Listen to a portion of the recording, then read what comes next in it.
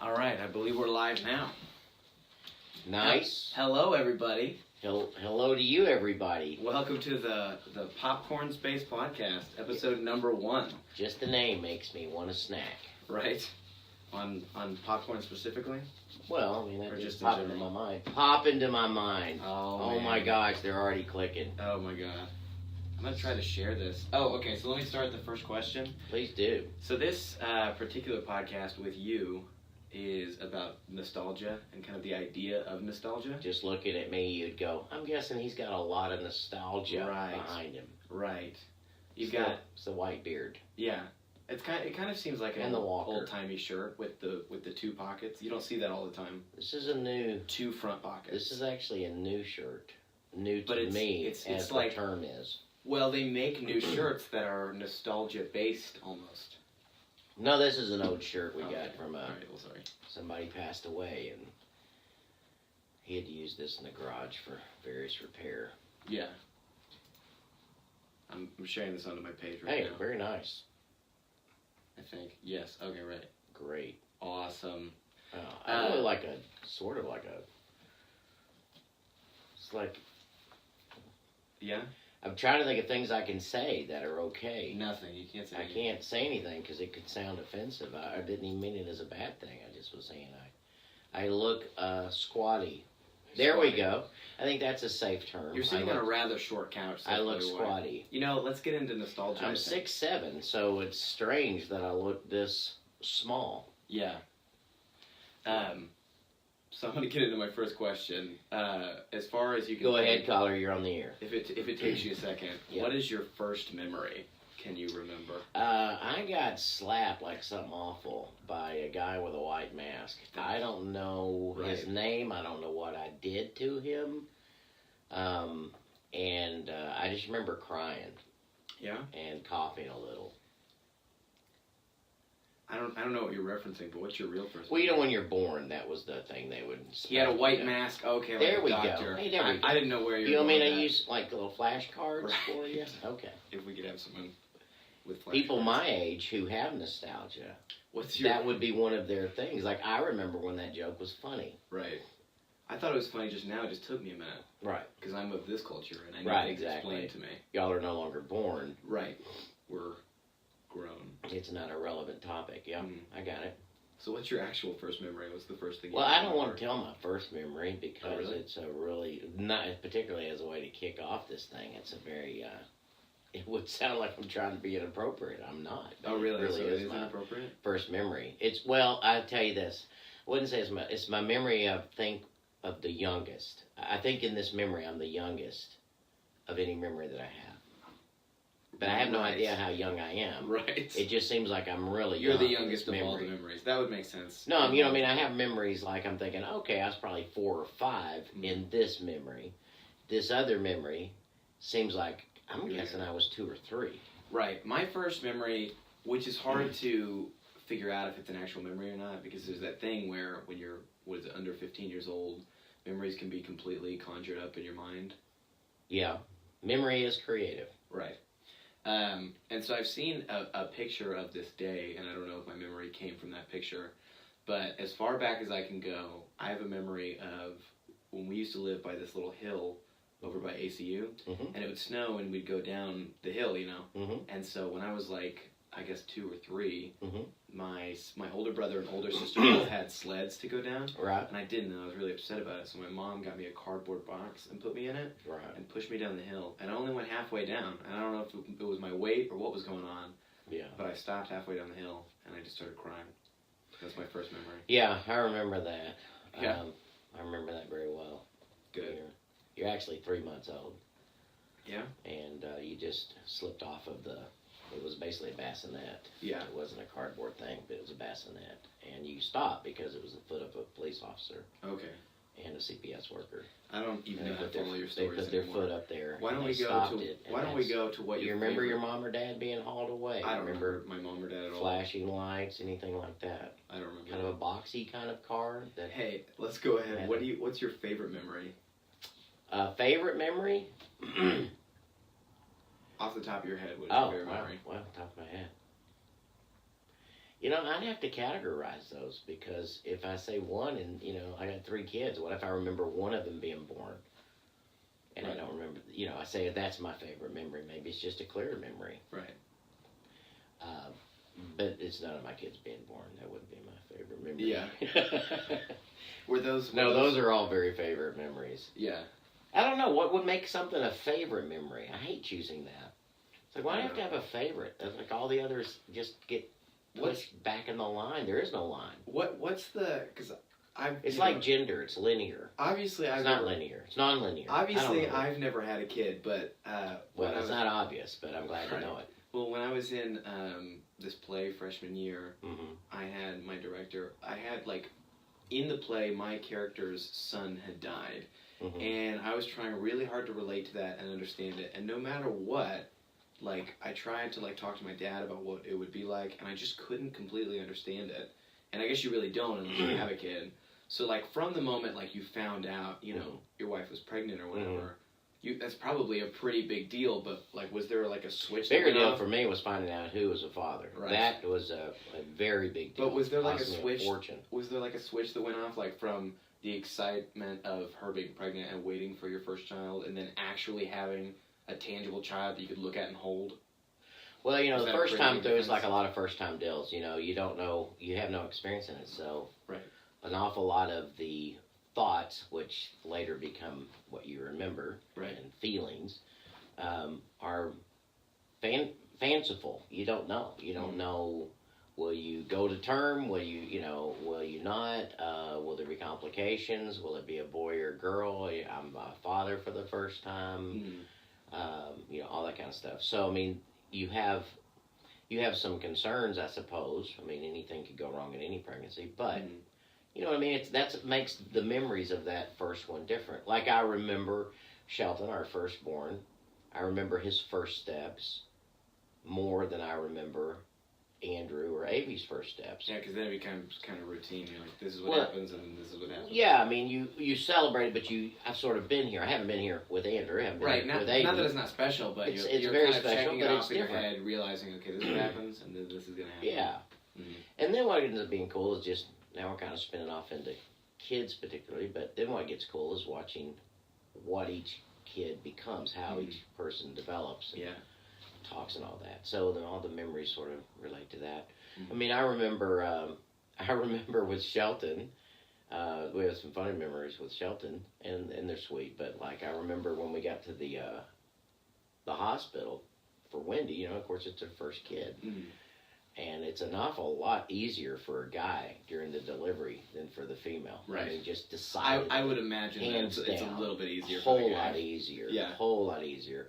For me, my biggest struggle during her delivery was just working through the guilt of putting her in this predicament. Right. I really am sorry. It's going to be good. People say it's going to be good. Let's trust. Let's look at it like it's going to be good. I don't know. But at this point... But anyway, I remember her, just because she was anxious and scared about it, basically, with great seriousness, saying, I don't want to do this. I'm not going to do this. Yeah. There's really not... There's not really not really a good way to respond to that, going, well, you know what? I'm not trying to be authoritative or anything, but I think you're going to have to. Right. I don't know at this point. I think this is the only option. I did see some vending machines downstairs. I don't know if there's one that you can put a quarter in and it just undoes the pregnancy. Right. At this point in it, we're 9 months into this ordeal. That would be pretty convenient. Yeah. A vending machine button for it. Well, vending machine would be a great way to have kids, actually. You can choose and then you want. Could, C7, bam, there it is. Right, and then it's just at the bottom. Yeah, and then you can go to the next vending machine to get the formula for it. Right. But I remember that. I remember that was kind of a funny little moment, so... And then I remember afterwards with Shelton, it was, he's born in December in Dallas, Medical City, and it was snowing, light snow. Mm-hmm. But I remember, we had 3 days, whatever it was, in the hospital.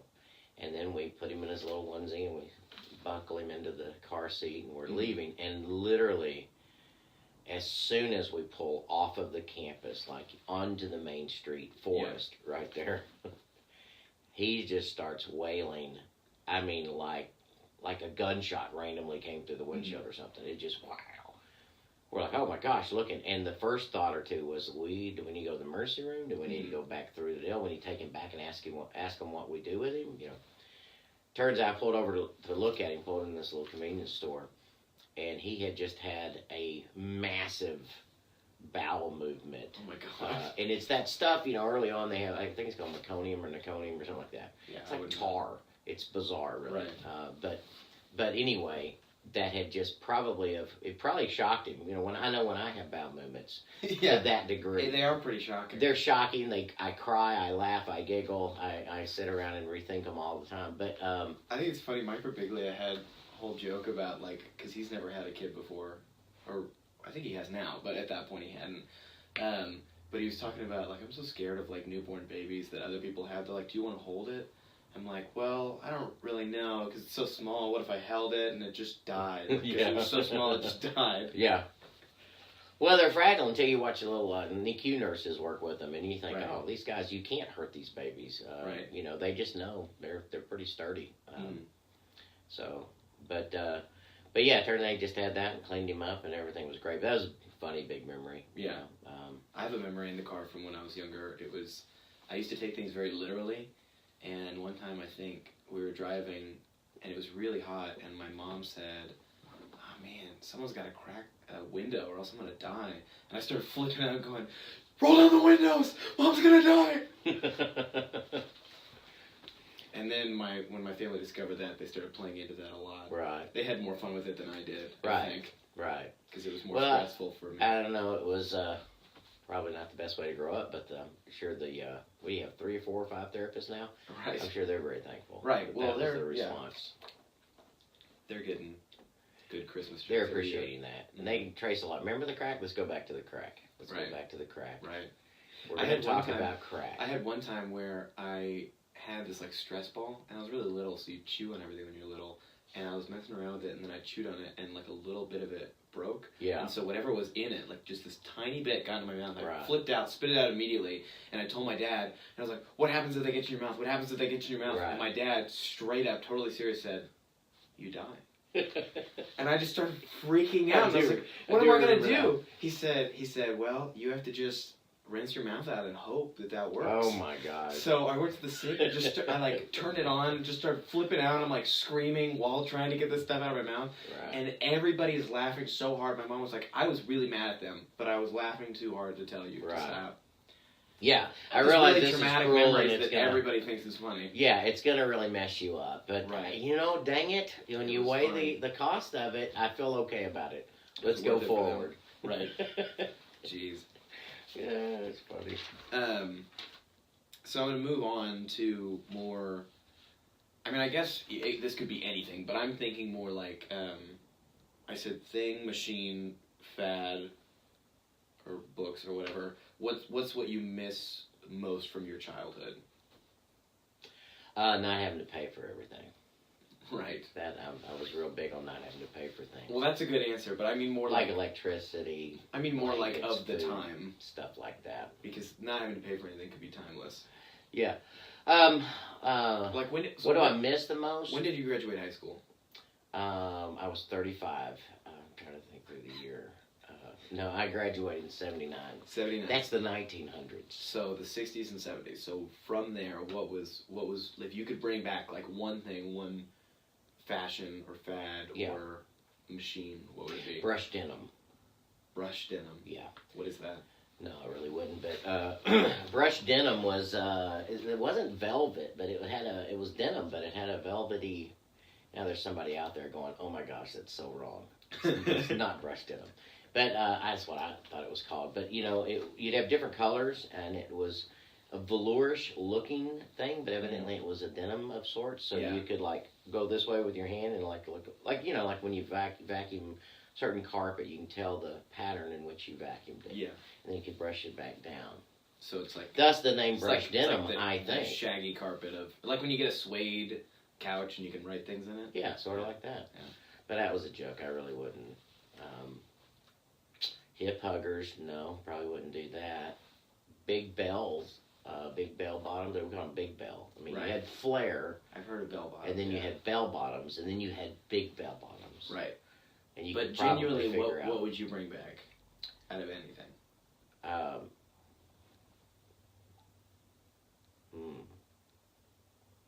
Like if you were running a corporation that could bring back something.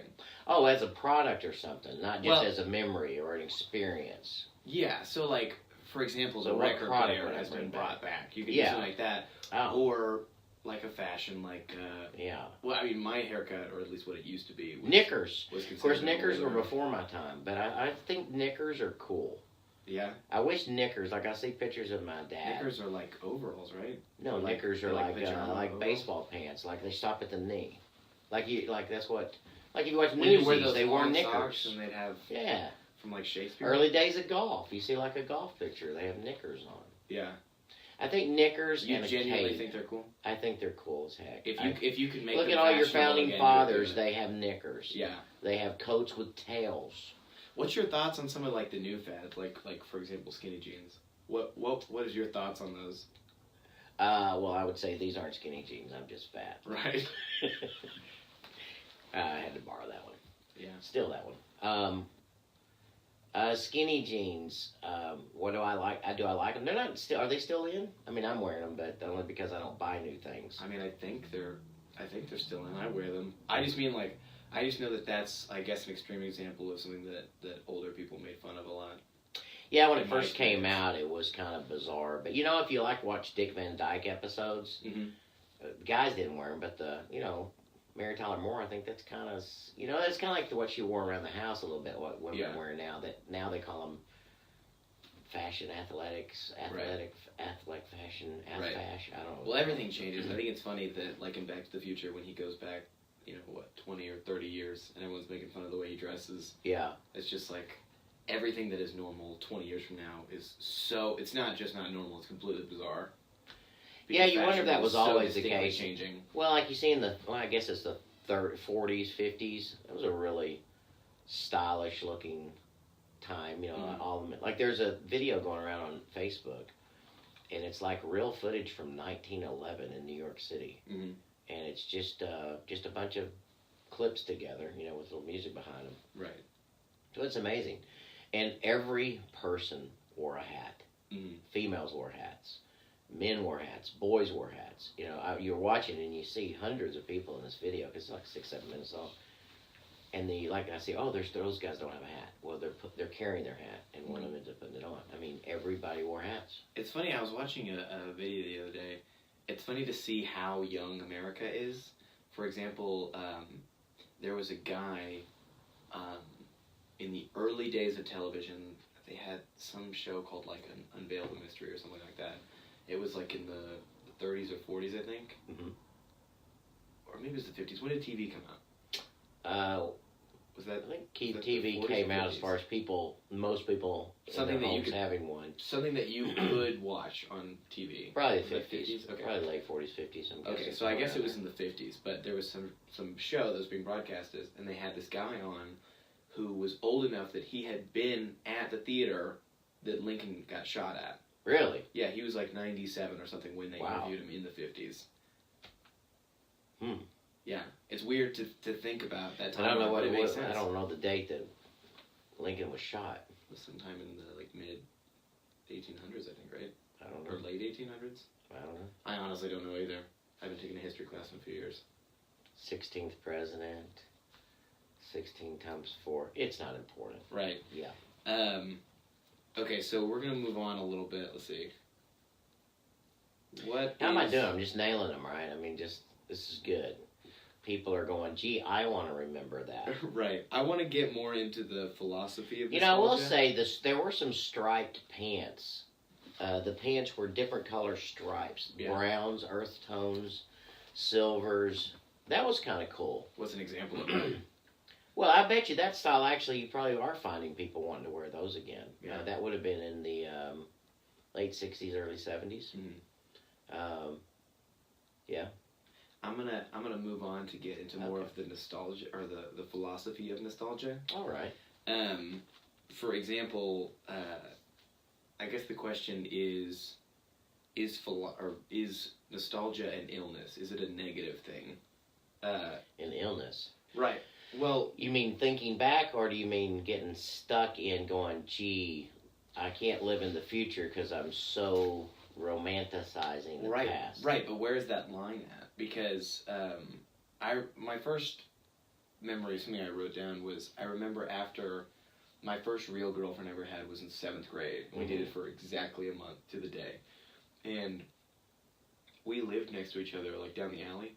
And so we would just walk through the alleys of our neighborhood together. That was our whole relationship. That sounds so romantic. I know, right? And so afterwards, after she broke up with me, I remember I would walk down those alleys by myself, and I'd listen to music and just like hardcore reminisce, like I was walking along the... I remember a music video of you doing that during that same era. Girl, won't you let me love you? Right. I think that was one. That was a little bit before that era. that was more of a fiction. You know what? That was anticipatory nostalgia. It was foreshadowing the future of my nostalgia. Right. That's an interesting thing. But I remember I would get very stuck on it, and I kind of let it, because then I moved shortly after that to Wimberley, and I didn't make very many friends because I was just very stuck on this idea. I was a little tiny hopeless romantic in 7th grade, being stuck on this idea, and I think it certainly became a negative for me because I couldn't get off of it. But I guess at what point is it just yin and yang? At what point is it just a balance of, you're happy for a long time and then you're sad for a long time, and that's kind of how we live our lives. You're happy and then you're sad. We live by contrast, if that makes any sense. I certainly believe that. Like Crystalia, I think I've told you, had the whole special where he was talking about how much love sucked and stuff, and then he said, well, everyone thinks I'm saying this is a negative, but it's not a negative, because love sucks because it has to, because it's awesome as well. Everything that's awesome is equally that bad. And he was making a joke about how Kit Kat ruins your bowels or whatever, and he was like, so you eat Kit Kat and it's great and like the best thing ever, and then a few hours later you're like, this is the worst thing, I've never eaten Kit Kat again. Right. But that's the yin and the yang of life, is that we live by contrast. We know that happy is great because we know how bad sad is. And so at what point is nostalgia just the yang, and then at what point does it go too far and become negative and consuming? Or is it that's probably a practical thing. I mean, I think it's probably best to never live in nostalgia. I would think it's probably nostalgia, or the looking back, should be like quick glances. I think if they ever become more than a quick glance, you're probably avoiding something. But what is quick? So when it's longer than like a day? Like this. There you go. Like that. Something like that. But what is... That's maybe dangerous. So if I mean, because when you imagine if you're with someone, I mean, marriage is probably, way more, but say you're just dating someone for a year, or let's say 2 years. Right. And then they break up with you, you're devastated. What is really an appropriate amount of time to be negatively affected by that and live in the nostalgia of that relationship and reminiscing on it? I would say more than a minute. More than a minute. Right. So if you go over a minute, you're probably avoiding, particularly if you're looking back like, oh my gosh, this was this. But, because what was well, there was a great line Dad used to say. That'd be your granddad, but he would say that it was a quote, and I don't remember all of it, but Andrew put it in one of his songs because he liked it, a portion of it. But anyway, it was the moving finger writes, and having writ moves on. And none of your, regardless of how much, and I'm butchering it, but anyway, no matter what you do, no matter how much you angst over, how much you regret this, or this, it's not going to undo it. Right. It won't cancel a word of it. Right. And there is this, inside there's this thought that, you really have to live in the moment. There's very, very little, it's questionable what value at all it has to look backwards. Right. Maybe only from a learning, like what did I do wrong? Where did it go wrong? Let me understand that. Okay, good. But, at that point you're going in as a mature, healthy person. You're not going in looking to feel okay again because I don't feel so great right now. Let me go back to this place where I have total control over it. I can remember it how I want to. I can steer it how I want to. You know what I mean? I can just, there's no accountability in memory.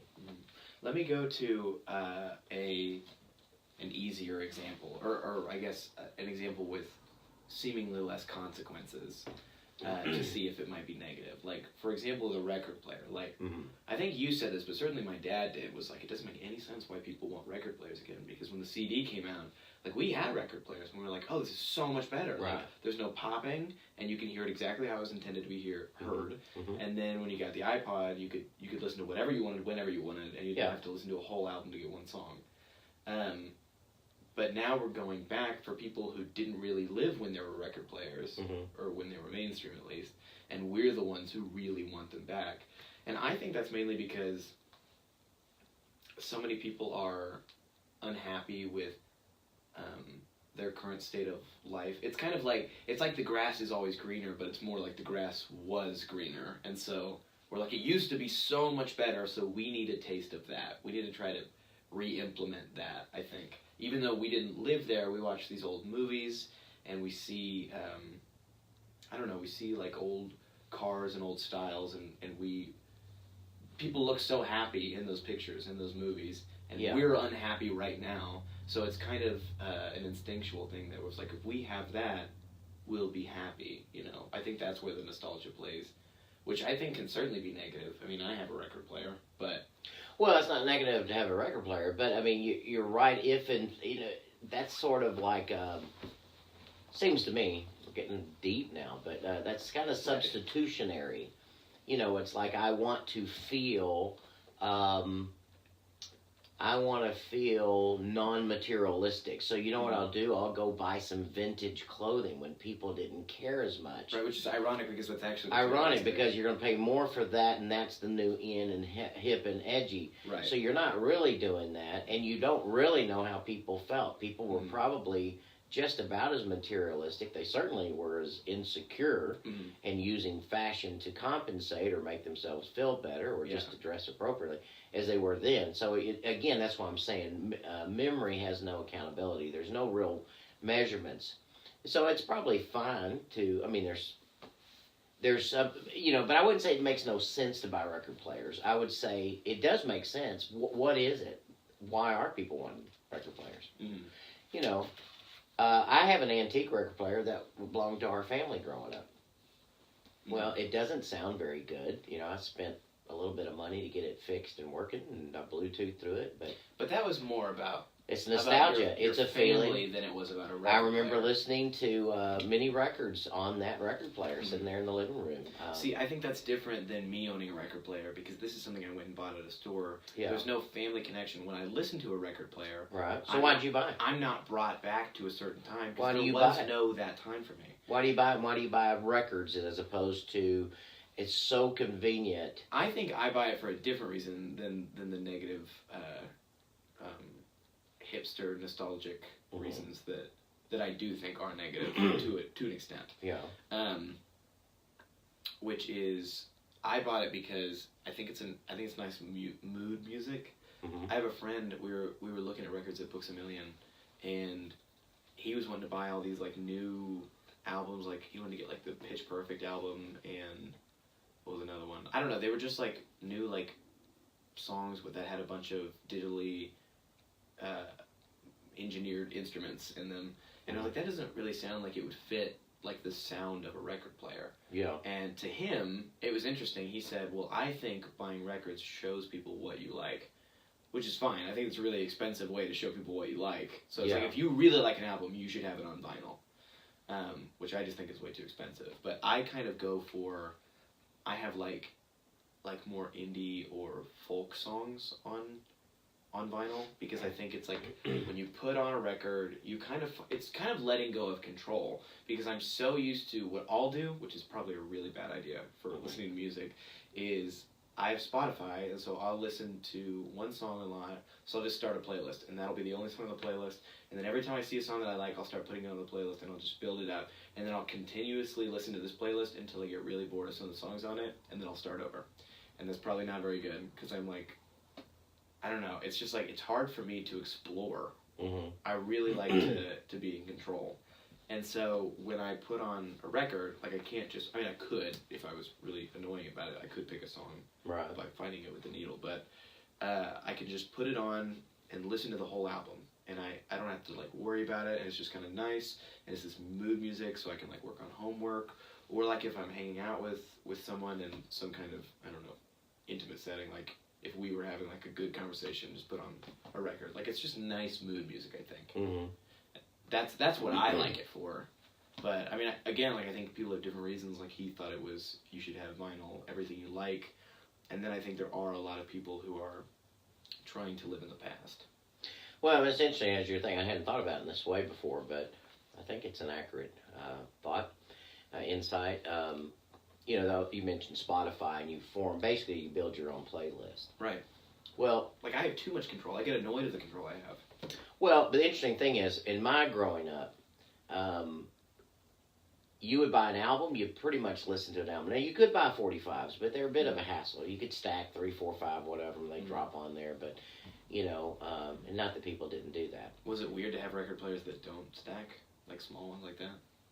I think pretty much all of them did stack because they, you know, it was going to be hours of listening or something like that. But, you know, even the idea as Spotify develops and as you know, even iTunes when it started, you know, you can pick and buy an individual song. Right. You know, I remember early on hearing some buzz about, you know, that's so it's going to kill the music industry. People aren't going to enjoy an album for an album. You know, because in my era and time, particularly in the 70s, there was what was known as album rock, and there were radio stations that would play whole albums, particularly later at night or on weekends or something like that. Yeah. But even these days, now you basically have playlists. You have somebody who's trying to figure out variety of stuff. Like they don't want to just put on the whole album. Like maybe if they did that, they would, you know, find some classic album or some, hey, we're spotlighting John Mayer's new album or something like that. But it would be an event now to do that. But the whole idea of playlist is sort of looking backwards to create something new and fresh that people like. I think it's funny that, I guess, you know, radio still exists because, like, I haven't actually listened to the radio in probably over 5 years. Yeah. You know, what's really interesting about that is that, you know, all of your cells in your body are constantly replacing. You know, you have cells that die all the time. Right. And you are completely, atomically, a different human being like approximately every 5 years. So like every cell in my body currently didn't exist. It was a different person 5 years ago. So literally this person that I am right now has never listened to the radio. But they're still going. I don't even like know people who still listen to the radio. You still listen to the radio? Well, you know, most of what I listen to, because I'm an old person, is probably more towards talk radio. But there again, why are podcasts? Podcasts are so popular. It's talk. You know, you're finding a topic, which is basically what a radio station does. Right. There are people that love sport radio. They not only hearing live events, so it's play-by-play, but they love conversations about sports, about teams, about who's buying this franchise. And that's basically what podcasts are. But that was what, again, sort of... not necessarily looking back, but going, we've already established people like this, that's sort of the past, so we can develop it in a new format that's present, future, based on those things. So, I mean, nostalgia can inform your past. Well, I think another reason that podcasts are getting so popular now is it's another example of that absurdity of control. People are, like, annoyed of it now, because we kind of went to stuff like the news, where you watch the news at night, and it's just all these tiny little sound bites, and you never really know what anybody's actually trying to say, because you just get these tiny little miniaturized versions out of context, and we don't, like, nothing makes sense anymore, and constantly people are like, that's not what I meant, that's not what I was saying, and then we went to, you know, YouTube, which got even shorter videos, if anything's longer than 5 minutes, that's forever, and then, it got to Vine, which was the worst. That just killed everything. It was 6-second videos. We could keep our attention for 6 whole seconds, and you better do something really funny that keeps our attention in 6 seconds. Yeah. But I think we kind of got really bored of that, and it's because it's a very shallow form of media. When you watch a movie, something that takes years of preparation and writing and rewriting and editing and lots of minds going into this thing, and you sit down for an hour and a half, 2 to 3 hours, and you watch them, you kind of have to work for whatever the movie builds up to in the end. And it's nice, it's way more fulfilling than watching some 5-minute YouTube video. Certainly than some 6-second Vine. Well, like a book, you know, you have to Right. invest into a book. So I think it's completely fallen back on its head, and this is it. Podcasts are the product of people being annoyed at this instant gratification, and they want to sit and feel like they're part of a conversation, and part of a completely realized thought. I mean, that's how I feel when I listen to podcasts. I feel like I'm part of an actual conversation. Well, yeah, I would think that's the podcast that people, well, it depends, you know. I mean, I like that kind of thing. I have a number of podcasts I like, but they're all specific interests. I almost think of podcasts more like, because I don't know of any that are active real time you're commenting in on, but I think a podcast is an interest you have, you want to go further in. You know, the podcast I listen to, I've got some on writing, the craft of writing. Sort of boring. If you're not into the craft of writing, it's pretty boring. It's sort of a dumb product. But there are a number of people who want to write, want to develop their writing. I'm one of those. So I like that. I love that that's available. You know, when you were talking, though, I had a thought, though, about... I'm listening. I'm gonna share this on your page, by the way. Okay. So your friends can see. A movie isn't necessarily that you have to work with it now, because basically movies are like, because of Netflix and Amazon and Hulu and Vudu and all these things, you know, there's an awful lot of us that, you know, we start it like we would, you know, like your Spotify list, or Pandora. You know, if I'm listening and I start hearing a song, I forward to the next one, or I hit thumbs down. Right. You know, it's sort of custom form this the way I like it. It's not of itself a bad thing. The sort of side effect might be, gee, it's probably a good situation to have to endure certain things. Because sometimes if we do have to endure something, we may go, gee, I was bored to death, but, well, that's kind of interesting, or, wow, I'm glad I heard that, or, you know what I mean? I do think it can undo us. I don't think it's an evil of today, like, oh, the millennials or whatever messing us up. I think it's human nature. And I think we've experienced that on all kinds of levels, maybe not with quite the wealth of choices, you know, at your fingertips so easily as before, but you've always had it. You could always not read the book, or get that book instead of that book. I want a short book. I want a book with pictures or whatever.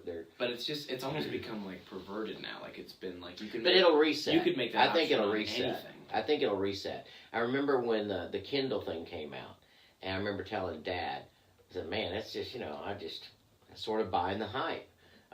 Books are going to go away. I mean, libraries, bookstores. Well, bookstores have been affected. There've been a lot of them that have closed. It's been more challenging, just as brick and mortar stores. Even that term has come up more. But you know what they've learned is Kindle sales are going, but they're actually going down some, and the demand for real books is going up. Why I think both. Well, I think both will stay.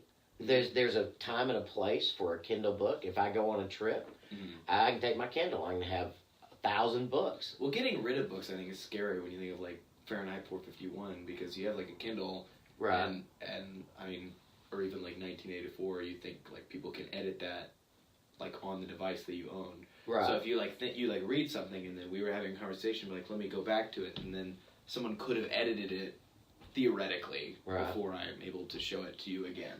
Something like that, if that makes sense. Well, yeah, because but if that you have gets it on into a page, if you have it on a page, it's like this is always what it's like. Well, they can more edit the page too. Solid. They only do that many print. Not if I have a page though. Like if I have it, it's staying the same. It's more concrete, I guess. Oh, after the fact, I guess what you're saying. Right.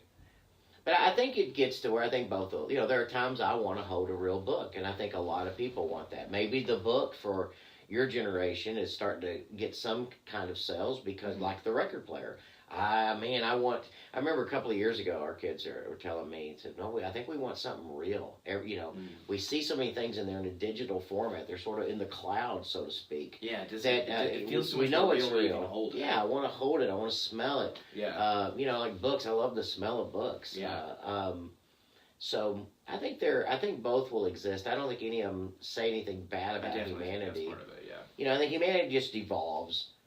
You know, there's a lot. It's funny with all the attention span, and we're changing. And now I understand that I read somewhere the average kid listens to a song. This is a song he likes, and it's like if the song is 3 minutes, 2.5 minutes. He listens to 32 seconds of it. Yeah. You know, and adults are like going, my goodness, attention spans. Well, they found adults listen to like 48 seconds of the song. You know, so I find myself doing that sometimes when I'm in a car with someone else. I want to feel like I'm really cool and cultured. So I want to like show them songs that they might not have heard. Mm-hmm. So I'll listen to a song while they're in the car for about 40 to a minute. Right. And then I'll change it to the next song so they can see that I've listened to another cool song. Right. And they'll get the idea of that, and then I'll skip. So because the idea in my head is, I guess, not only will they think I'm cool, but also they might like this music and try to get it later. And I'm trying to show them as much as I can in however long this car ride is. And then you link them to your when I'm alone, your page I to get an I affiliate songs a lot. marketing kind of commission from that. So, yeah. So it all has a plan. Mm. Years ago, we listen to the same song too much now, I think, is the problem. Well, and I think there is that. We get bored of listening to the same. Times that I get stuck or I go, I don't have anything in particular I want to listen to. I'll just put the radio on and see what's on. Mm-hmm. Yeah, it seems like I'm going, gee, I think this same song is played twice within this 15-minute window. Mm-hmm. I know it's played twice within 30 minutes. Mm-hmm. And if I listen to the whole hour, because sometimes I'm working out in the yard, I'll put on a radio station and I'll go, I think I've heard this song 3 times within an hour. At that point, you start going, I don't think that's a good thing. Well, it becomes kind of like an addiction because I feel like when I have a song stuck in my head all day and then I go back and I can choose to listen to it, it's almost like dopamine's going off in my brain. Like it's the same feeling as if I'm stressed and I want to go smoke or something like that, you know? Mm-hmm. Like it's like this feeling, it's like this itch that I need scratched, and I finally get it. I'm like, oh, okay, good, that's nice. Well, I mean, that is addiction. That is, I've got to do this kind of stimulation through some form, whether it's a cigarette or gum or spending or. But that specific control, I think, can be it can undo you.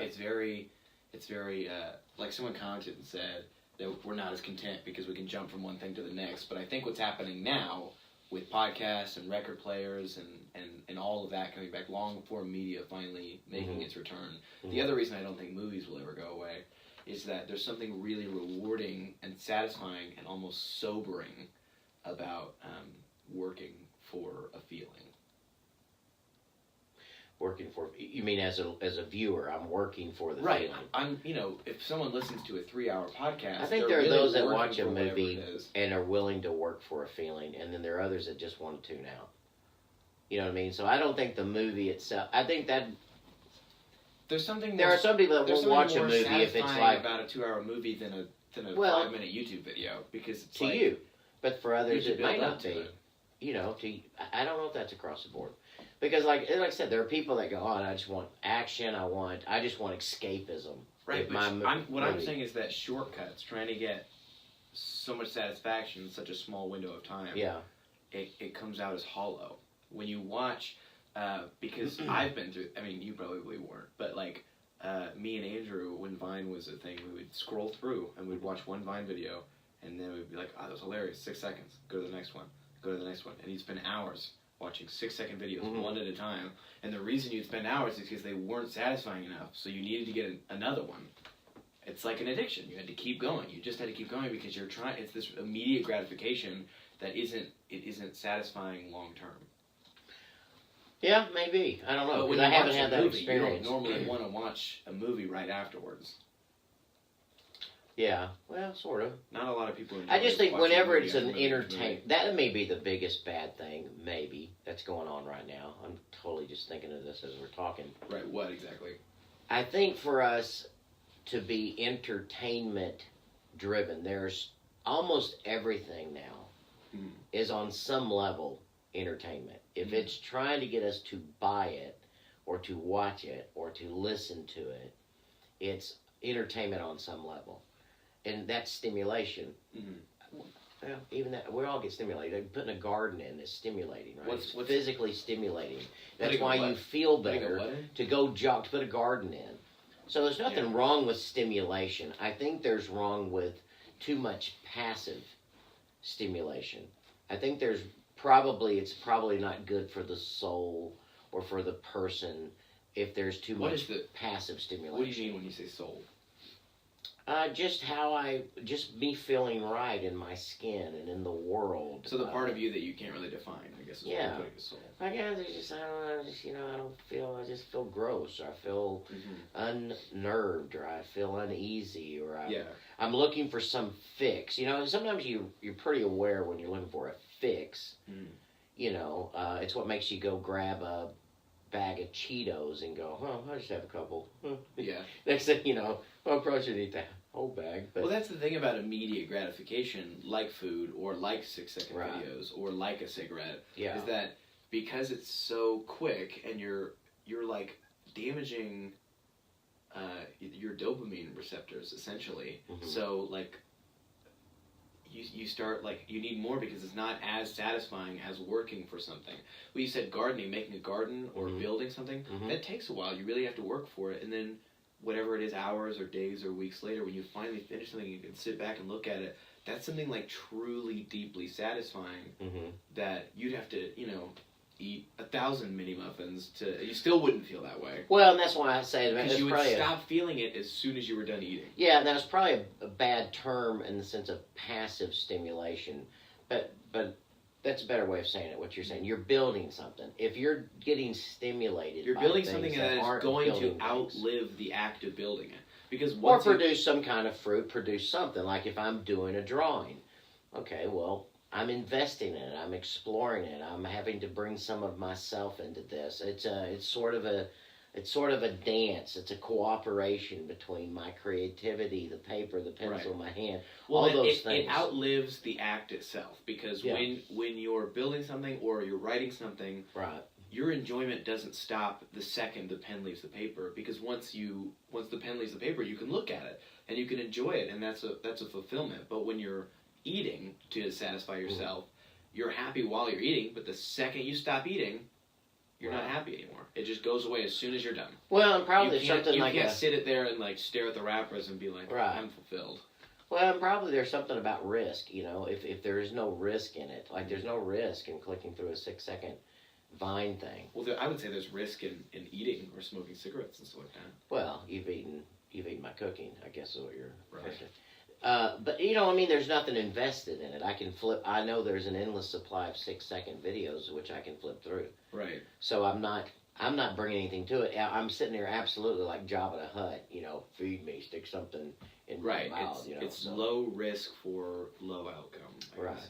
So there's nothing ever satisfying about that, and that's true. That's been true before digital stuff and music and iPads and everything. That was true.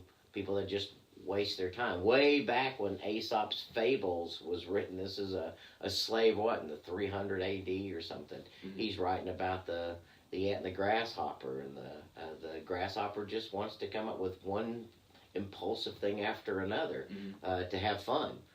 So he didn't have to have an iPad or an iPhone or the internet or, He didn't have to have that to squander his potential and his value and to feel empty and hollow and to shirk his the requirements of life to function.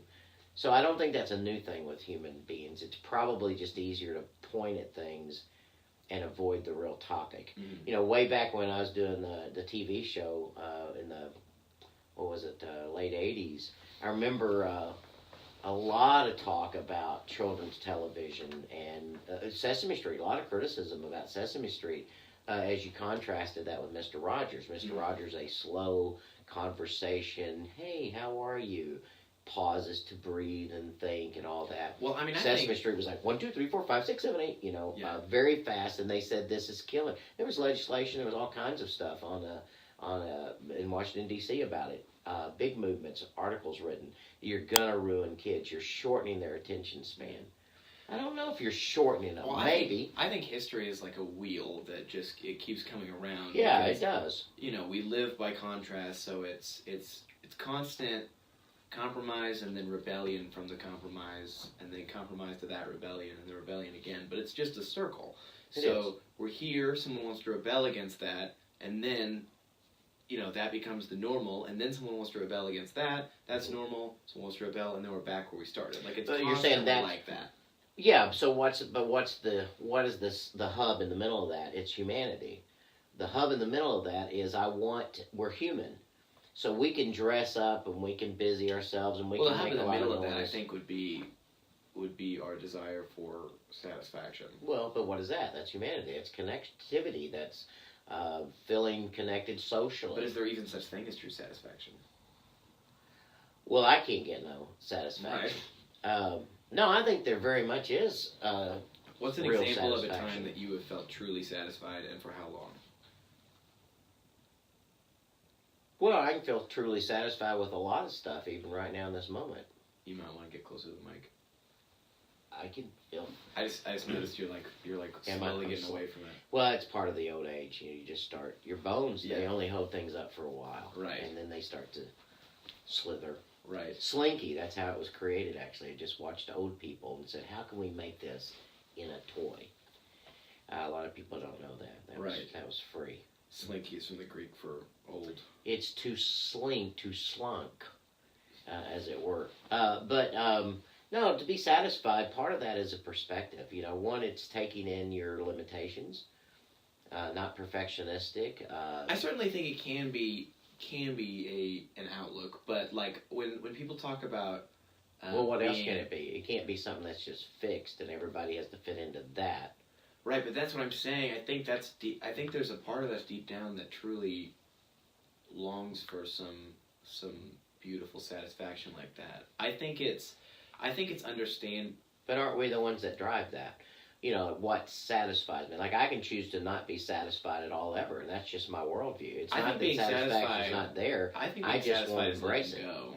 I think we get so obsessed with all these specifics, and so we try to conform to everything that we've set up for ourselves. But I think being okay with ambiguity and being able to step back, that's true satisfaction. Because people get upset when they start questioning everything and worrying about everything. For example, take something like husband and wife are watching a movie together. The movie ends, it's night, and husband's like, okay, I'm going to go out to get milk. He goes and gets milk, comes back, they go to bed, it was a great night. But where milk will do that. Right, where the evil starts to come in is they're watching a movie, but I just feel like my wife wasn't really paying attention that whole time. Like, this is my favorite. This is my favorite movie. I'm getting into specifics, and I'm getting farther in. I'm like, I feel like she wasn't paying attention. This is one of my favorite movies. And then I go to get milk. What's it matter to you whether she's paying attention? Right, but that's where it gets into the specifics because I want her to see it. I go to get milk, and she's worried. She's like, he's been gone for a while. Like, I wonder. I don't think he would cheat on me. So are you think talking he's about anybody else? Fantasy and neurosis in people's minds? It's this It's everyone gets put into these set up possibilities and agendas that come. Well, they're all seductions, basically, is what they are. All Right. those little whispers of, "Hey, come spend a little time." Well, I described a very normal situation, but then like very easily you can start to tear it apart, and people do all the time. Couples get into fights over nothing. They get into huge fights. Well, it's not over nothing. It's just Over usually not talked essentially- about what it really is about. Which is, Right. in that sense, you're upset not because she's not watching it, but because you feel somehow invalidated because she's not watching. If I was that important to you, you would be watching this thing because I told you it was important to me. Mm-hmm. When you sort of narrowed the definition of her value in you, she might go, I think you're very important. I just absolutely hate that actor, or whatever it is. Right. I'll try to let me get past, but I mean, you're upset more about, it's not really about nothing. It's just you're going to make it about the movie and not watching it, and it's really not about that. It's about, I want to feel validated. And we go into imagination all the time. Well, yeah, anytime you go into fantasy and you don't know that you're in fantasy, you're absolutely not going to be satisfied. I mean, that's what satisfaction is. It's just being in the now, in the moment, with all of its limitations. I'm only me. I will only always ever be me. And there's a world of me I'll never know and understand. So I certainly can't begin to try to understand what's in somebody else's mind or their head or in that moment or what they were thinking. I can ask, and maybe they can tell me, but I cannot believe them when they tell me. Sometimes they. That's might where not craziness even know, comes in. because sometimes we don't. We're all. Jim Carrey had a great bit about insanity, where he's like, we're all just saying yes to one wrong impulse away from being insane. Yeah. He's like, because we get crazy impulses all the time. Yeah. There's a name, I can't remember what it's called for. It's like the high place phenomenon, when you're sitting next to a loved one at a really high place. If you're on the top of a tower, Like altitude. right, High place. right, or if you're like at the top of the Grand Canyon, like there's this urge that comes up in people, like it's actually a scientifically studied urge that has a name, the high place phenomenon, that you're like, I could push them.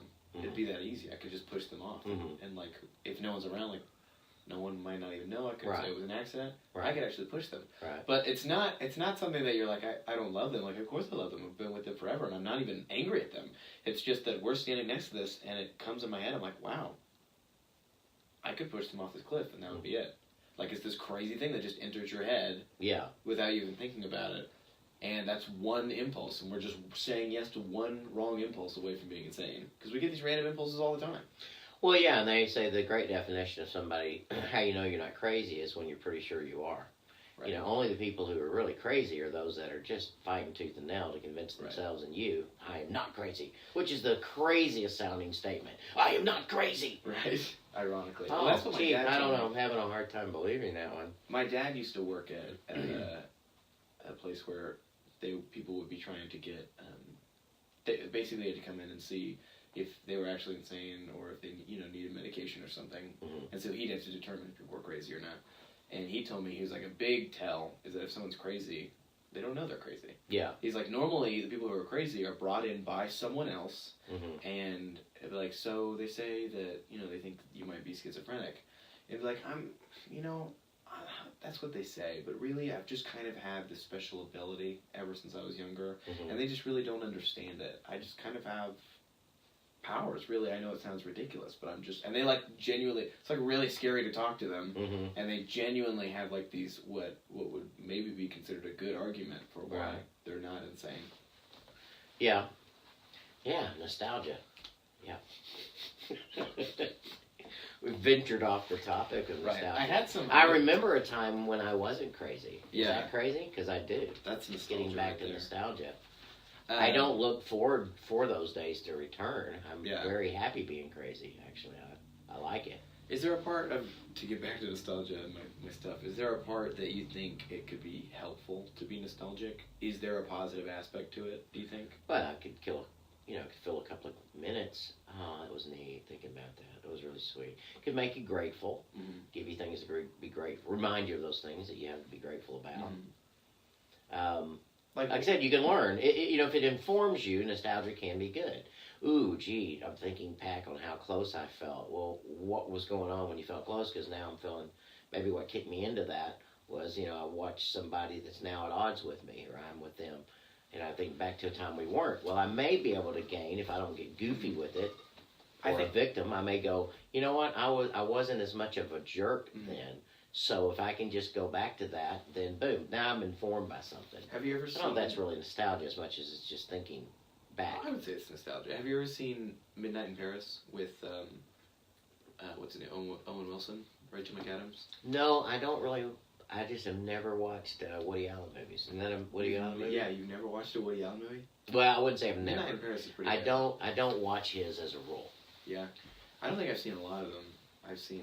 And it's just a rhythm I've never clicked with. I think I've just seen Midnight in Paris, but it's a really cool idea. He's a super nostalgic guy, and he's super into the idea of nostalgia. He's a writer. He's writing this book about a guy who owns a nostalgia shop, apparently. Has like all these phonographs and antiques in it and everything. And basically, he's in Paris with his fiancée before they're getting married.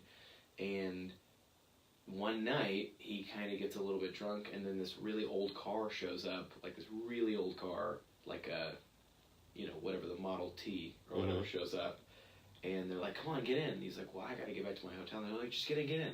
So he goes, and they take him down the street, and suddenly he's in, 1920-something, and he meets Ernest Hemingway and F. Scott Fitzgerald and all these people, like, at a party. And it's crazy because he's a writer, and he's getting to meet all these great writers. Right. And he kind of slowly falls... Okay, I'm going to spoil it, so if anyone doesn't want to hear, skip ahead like 30 seconds. But he starts falling in love with this girl, and basically... he finds out in this conversation he's having with her, how obsessed she is with like the 1800s. And then when they're one night hanging out, this like old like horse-drawn carriage shows up, and they're like, "Get in!" And they show up to the 1800s. And he's like, "This is weird." And then they go and they meet these people, and they're talking, and these people are like, "Oh man, well we're just obsessed with the 1850s or whatever." And she's like, "How could you think that? This is obviously the best time to be alive." Right. And he was like, "I think I figured it out. It's not that the 2000s are so bad, or that the 1920s are so great. It's just that life isn't all that great. And we just... the more things change, the more they stay the same. Right, and so we just want something different. We just were able to tell ourselves in our head, it was better then. I can just reminisce and be nostalgic of that. Well, that's what I say. Most of the time, it's probably just avoiding something. Right. You're just avoiding something. This allows me to get through this minute without being in this minute. And I just don't think you come out with any real value when you're not in the minute. If I can be informed by things as long as I'm in the minute. I can look back and be informed by things. But if I get lost, now, I think of nostalgia as more than thinking back. I think of nostalgia as more of this kind of fawning and romanticized connection with things of the past. And it does blur out that if she went back in the 1800s and then the 1600s and the 900s and then, pre-BC, AD and all that, people are people. Well, that's the constant thing. There's a lot of, as I'm, leaving my teen years, I know that, like, a lot of adults are talking about you kids these days, but that's what everyone's always said. Yeah, exactly. Like, when they were kids, older people were saying you kids these days. Like, it's always that things are crazy now. They're only crazy now. They weren't before. You should have been back here a few years ago. It was great a few years ago. Well, one of the great quotes was, and I've heard people use it often, preachers particularly, and it's, it sounds like somebody's talking right now about youth and how rebellious this, and this. And then it was like Socrates. Right. You're not expecting it. It's kind of like you're thinking it's so current. Mm-hmm. Oh my gosh, this was, 2,000, 3,000, whatever years ago. Things have always been the same. Well, how else could they be? We're just humans. Well, I think it's so funny when you get those Christians that'll be talking about the world and the state of it today, and those Christians. They'll be like, "This is the end times, man. I'm telling you." There's been the end times so many times. Yeah. I'm like, okay, that's what people have. I've heard these people talking to me about it since I was 5. There's that one guy, like that one friend's dad or that one friend's uncle. Right. It's like, this is the end times, man. I'm telling you, this is the end. People get way invested in these ideas, which just blows me away. First off, I don't know how anybody... It's just impossible to live in the present. You have to either live in the future or the past. Exactly. And how anybody could have bought that the world would end before 2028, which is the end time. Right. Actually. Right. Blows my mind. Because that's when the second Mayan calendar goes out. That's part of it. There's a lot. There's right. a lot more than that. Yeah. How many times during my lifetime have a significant number of people thought the world was going to end? Because there's Y2K, and then there was... Well, Y2K wasn't really a religious people thinking it's going to end. That was a technological thing. They thought it would be more... Because it wasn't set up for the extra digit or turn that first digit or something like that. But... It did inspire an awful lot of... people stocking up on stuff. Yeah, the electrical grid has gone down and all that. Did you stock up on anything? I don't think it's important to share everything I've done in my life. No, I didn't. I did find it an interesting thing. My dad told me I wrote a poem about it, actually. I thought it would have been a good thing for humanity to have a big reset. Yeah. But, that's probably always true to have a reset. It's always a good thing. To be able to step back. Well, my dad said, I'm embarrassed to say that he said a few of his friends were convincing him, so he went back and got a few gallons of water and some canned food. A few gallons. He was really planning ahead. Yeah. Just a few gallons. I'm going to make it through next week. Today, tomorrow, part of the next day. Right. Yeah. Right. No, but Y2K was out there that way, but...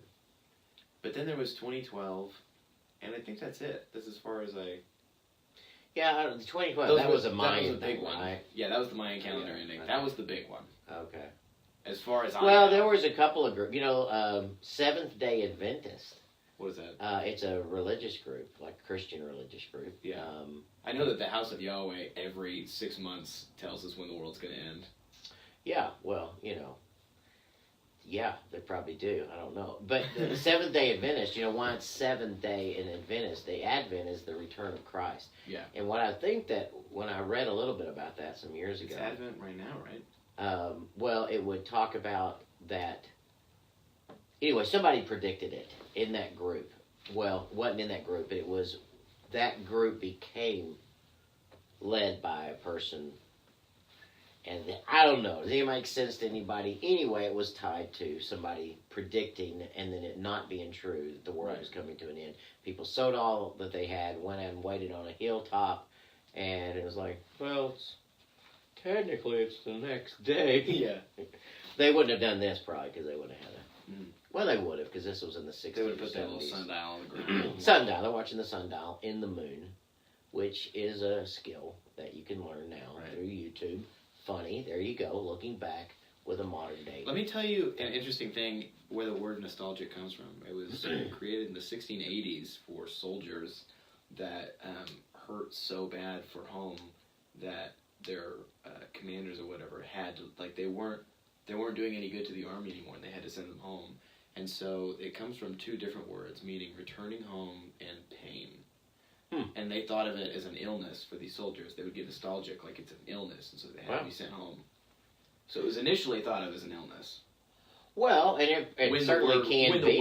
The condition could, okay, so it was a specific thing. That's very interesting. Mm-hmm. Pain and going home. But again, there it is sort of, it's sort of morphed a little bit into more of a romantic idea, I guess, than it is necessarily a pain idea. Although it is a painful romantic a lot of times. Like the Way We Were song feels like a song that's just bathed in nostalgia. Yeah. Wasn't life so simple then? All this kind of stuff. Paul Anka had a great song that Kodak used for years. Good morning yesterday. You wake up and time has slipped away. And anyway, but it's this whole beautiful little reflection. That's maybe how people in my era started. Well, I think thinking it's because hindsight is 20/20. It's hard to see everything today. Because when you can look back at how things were, you can see how great they were. It's really hard to, like the big quote from The Office or whatever in the last episode was they were talking about how simple their lives were, and they took it for granted during the entirety of The Office. They were just these people working in an office. Mm-hmm. But they realized at the end, they were like, man, I wish there was a way to know that you were in the good old days before you've actually left them. Like that was the hard thing for them. Was a lot of them, had left in the end, and they were like, man, these were the best years of my life, and I didn't even know it. I was just so sad about working this 40-hour-a-week job or whatever. Yeah, but, there you go, another song, what is it, Joni Mitchell, Pay Paradise, you don't know what you got till it's gone, which, again, is the statement of that is to live in the now. Mm-hmm. If you always live in the now, you're taking advantage of everything. You're not lost somewhere else. When you're living in the present, it's hard to really see any other time because it's funny. Like when you get depressed or super sad, it's like. But you're also not everything strapped is by so anything. sad. But you also are not. You're not handicapped or strapped by anything. You're not burdened down. You get to see options, which allows you to be productive, which gives you good feelings. Well, right. I think it's truly hard to not let the past affect you at all. Though. Well, it is. Well.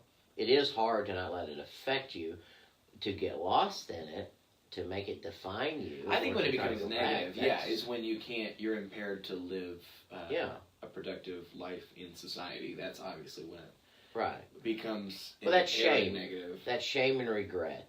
Is it good to have regret for certain things? Yeah, you absolutely ought to have regret for it. Well, because then you learn from that. Right, and the regret should move you to doing something. You shouldn't dwell, because dwelling is bad. That's right.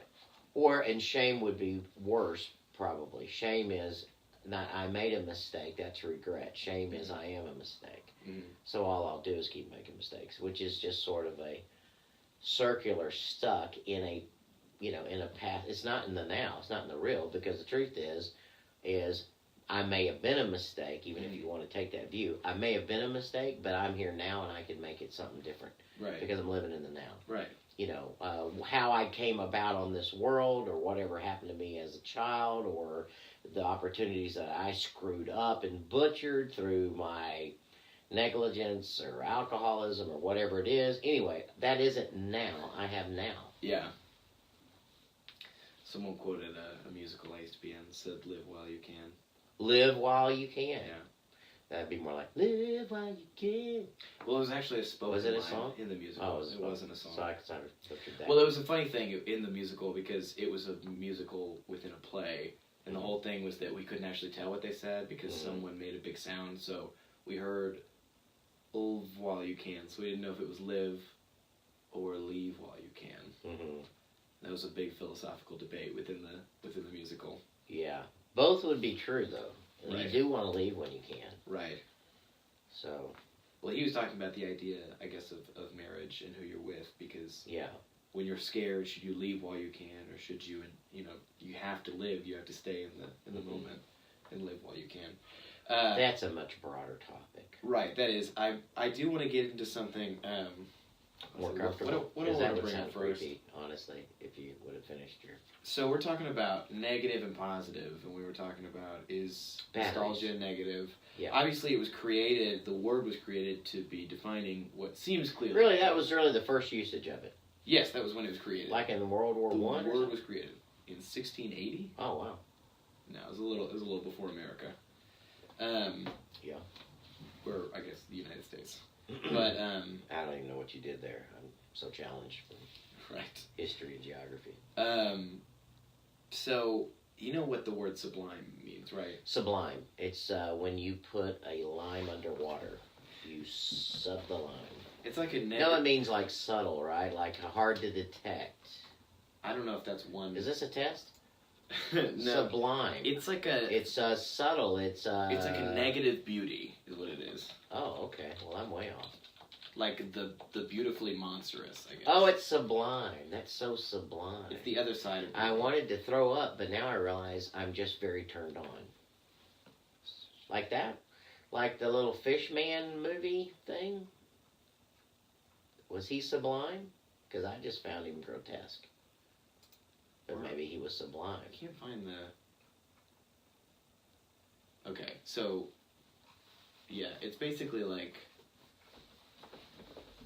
It's like when you see a car wreck on the side of the road and you're driving, we all look at that because it's like there's something that's beautiful, almost beautiful in the monstrous, or intriguing about the monstrous. It's like there's beauty and then there's sublimity. Yeah, maybe a better example would be a car wreck. Okay, well, I think maybe my fish guy. Breaking Bad. Why does everyone love Breaking Bad so much? Because there's something. Well, I think there's something voyeuristic, really intriguing about evil or negativity. Yeah, read the actual definition. Darkness. There's something intriguing about darkness. Well, darkness has its appeal, certainly. Yeah. What's the actual definition? Well, there's multiple definitions, and I can't find. Oh, I thought you were looking at it right there. I know, but there's multiple right here. You just don't like them. Of such excellence, grandeur, or beauty as to inspire great admiration or awe, but. Well, that wouldn't be the negative at all. Yeah, I'm trying to find. Change directly into vapor when heated. That's also sublime. Yes, sublime, yes. Elevate to a high degree of moral or spiritual purity or excellence. Well, really? Wow. So really this word could mean anything. I guess so. I actually named a hamster we had Sublime. I just thought it was one of the top 10 names in 1997 for males. Sublime. It was Sublimi. People just call him Lemmy. I'm really not being able to find the... I don't know if I made that up. I was taught that in school. I didn't know that's what Sublime meant. Sublime is the... Now the I just realized monstrous. that had I used my nostalgia, I would have realized there are many times you make up words that aren't true. Yeah, probably. But I didn't do that. You remember when you had that huge debate about whether cancer was a virus or not? Yeah, you were convinced. And I was convinced. That was so funny. I said, Jackson, it's not a virus. And you said, it is. How do you know it is? Because I've known it all my life. I guess what... I swear I have Well, this memory. I can't argue with that. If you've known it all your life, that's a pretty good source. I swear I have this memory of having a Of course, conversation about could you we ate actually that stress cure ball cancer. juice. Maybe that's where you got that. Well, what were you saying? You were saying something like some conspiracy, like they've probably cured cancer, but they they can't release that information because... No, I didn't say they probably have. I said... They certainly could. I said it would be a very costly thing in a lot of ways. It would destroy a lot of cancer. The medical... There's an awful lot of people that benefit from cancer research. A lot of people would lose their jobs. It's a very sinister view of people doing research. Would it be doctors or more of like pharmacists losing people who study cures and stuff. Well, like a lot of people probably who are in the whole treatment field would lose their jobs if we found a cure for it. Like, do you think we'd ever be nostalgia for the days when cancer was so rampant? Would we be? Or is anybody nostalgia for Black Death? Well, that's exactly what I was thinking when you said that. It's just like, because I would say that's not. I wouldn't use the word nostalgia. We're not nostalgic. I'm thinking back on it, but we are nostalgic for things during that same time, like Shakespeare. But I'm sure there's a certain amount of people that would be like, man, I wish I could have been around when Shakespeare probably was only around. Nostalgia for a good feeling again, and if I can get an unadulterated, because it's completely in my own imagination. Mm-hmm. If I go to a memory, you can't tell me I don't get thoroughly satisfied from this memory, because that's what this memory does to me and for me. So there's no reality. Memory's creative. It serves the purpose. Let me go back to That's Sublime. what I think of as nostalgia. Okay, let me go back to Sublime. So, for example... Are we going to use your definition or the actual meaning? My definition. Okay. So... which is something being beautiful and monstrous. Yes, like I said, Breaking Bad is I'm telling you, the fish... intriguing. Why don't you go with the fish guy, whatever he was? Underwater, the water... Life is water, beautiful water. You're talking about The Shape of Water. Shape of Water, there you go. Well, I'm talking about, like... Give me water. I'm thirsty for water. Like, for example, Sam Harris had a whole TED Talk where he was talking about, we have such a bad reaction. You know, the original name for that movie was Teddy the Tadpole. Yeah, I thought it was Grinding Nemo. And they didn't... Grinding Nemo was a great one. Yeah. But they didn't... I like that movie. Teddy the Tadpole, they thought it wouldn't... I have that movie right over there. Yeah. No, but for example, whenever I explain, or at least for me it's this way, when someone talks about like AIs taking over the world, like, you know, they're gonna, they get too smart and become conscious of themselves, they're gonna hate humans and try to take over the world. Mm-hmm. And more than, I think, being scared, that's like a fun idea.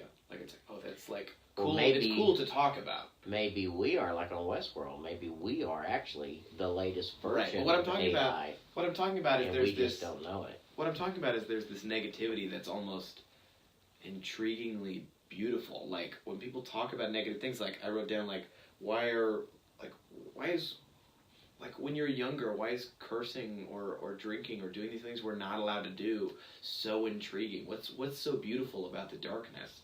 Or is I don't know that it'd be beautiful. I don't think it'd be beautiful. I think it's just fun to get away with something. Well, I think... And it's validating. If I can say this word now and not get soap in my mouth, which was my generation's approach to it, then wow, okay, I guess I'm now something I wasn't when that was done to me. Well, okay, so I'm going to speak in some generalizations, and I'm going to speak more about coming from the Christian religion, because that's where I came from. Mm-hmm. I'm sure a lot of religions do this, which is they kind of classify evil as negativity, darkness, something you don't want. I think sadness and depression will go in there as well. It's just this part of your life. It shouldn't exist. It would be better if it didn't exist, but I don't think that's true. I was talking to someone... they describe evil that way? That's how I feel like if Christians had it their way, evil wouldn't exist. There'd be no negativity. There'd be no... As defined as negativity. Right. There'd be no negativity. There'd be no, I don't know, darkness of any kind. Mm-hmm. Very general statements. But there's this friend that I have who, she's like obsessed with spring and summer. Mm-hmm. She hates fall and winter because all the plants are dying. Mm-hmm. And we were hanging out like a few weeks ago. And she was like, I think I realized something about myself, that I couldn't live somewhere where it was just spring and summer all the time. Mm-hmm. Because I get bored with it. Like, there's I think it has to do with boredom, because we live in contrast, yin and yang. Like, she'd be like, I need the fall and the winter to appreciate the summer and the spring. Mm-hmm. And I think it's the same way with darkness, but, for example, probably a lot of religions, but certainly Christianity, I think, tries to push off darkness almost too much. I think there's I think there is kind of a beauty in darkness. I think it's scary because it's consuming and it can become very addictive to get, like, for example, Breaking Bad seems almost like a parable against the darkness. It's like it's very consuming, so be extremely careful with it.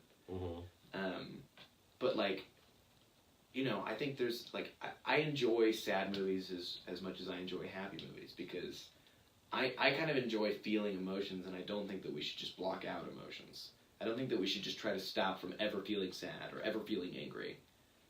Yeah, I guess I'm not following totally what you're saying when you're using that with darkness. I mean, or evil. Well, when you think sadness or depression... Is evil? Evil or associated with negativity and darkness? I guess it gets blurred. Once you throw the word evil in there, okay. you know, I equate it to the word sin. I don't, you know... So, was Jesus ever sad? I mean, they say Jesus didn't sin, right? Was he sad?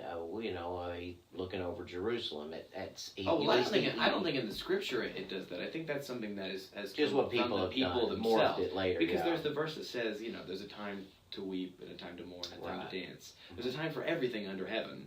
But I think it's become this kind of almost like a church...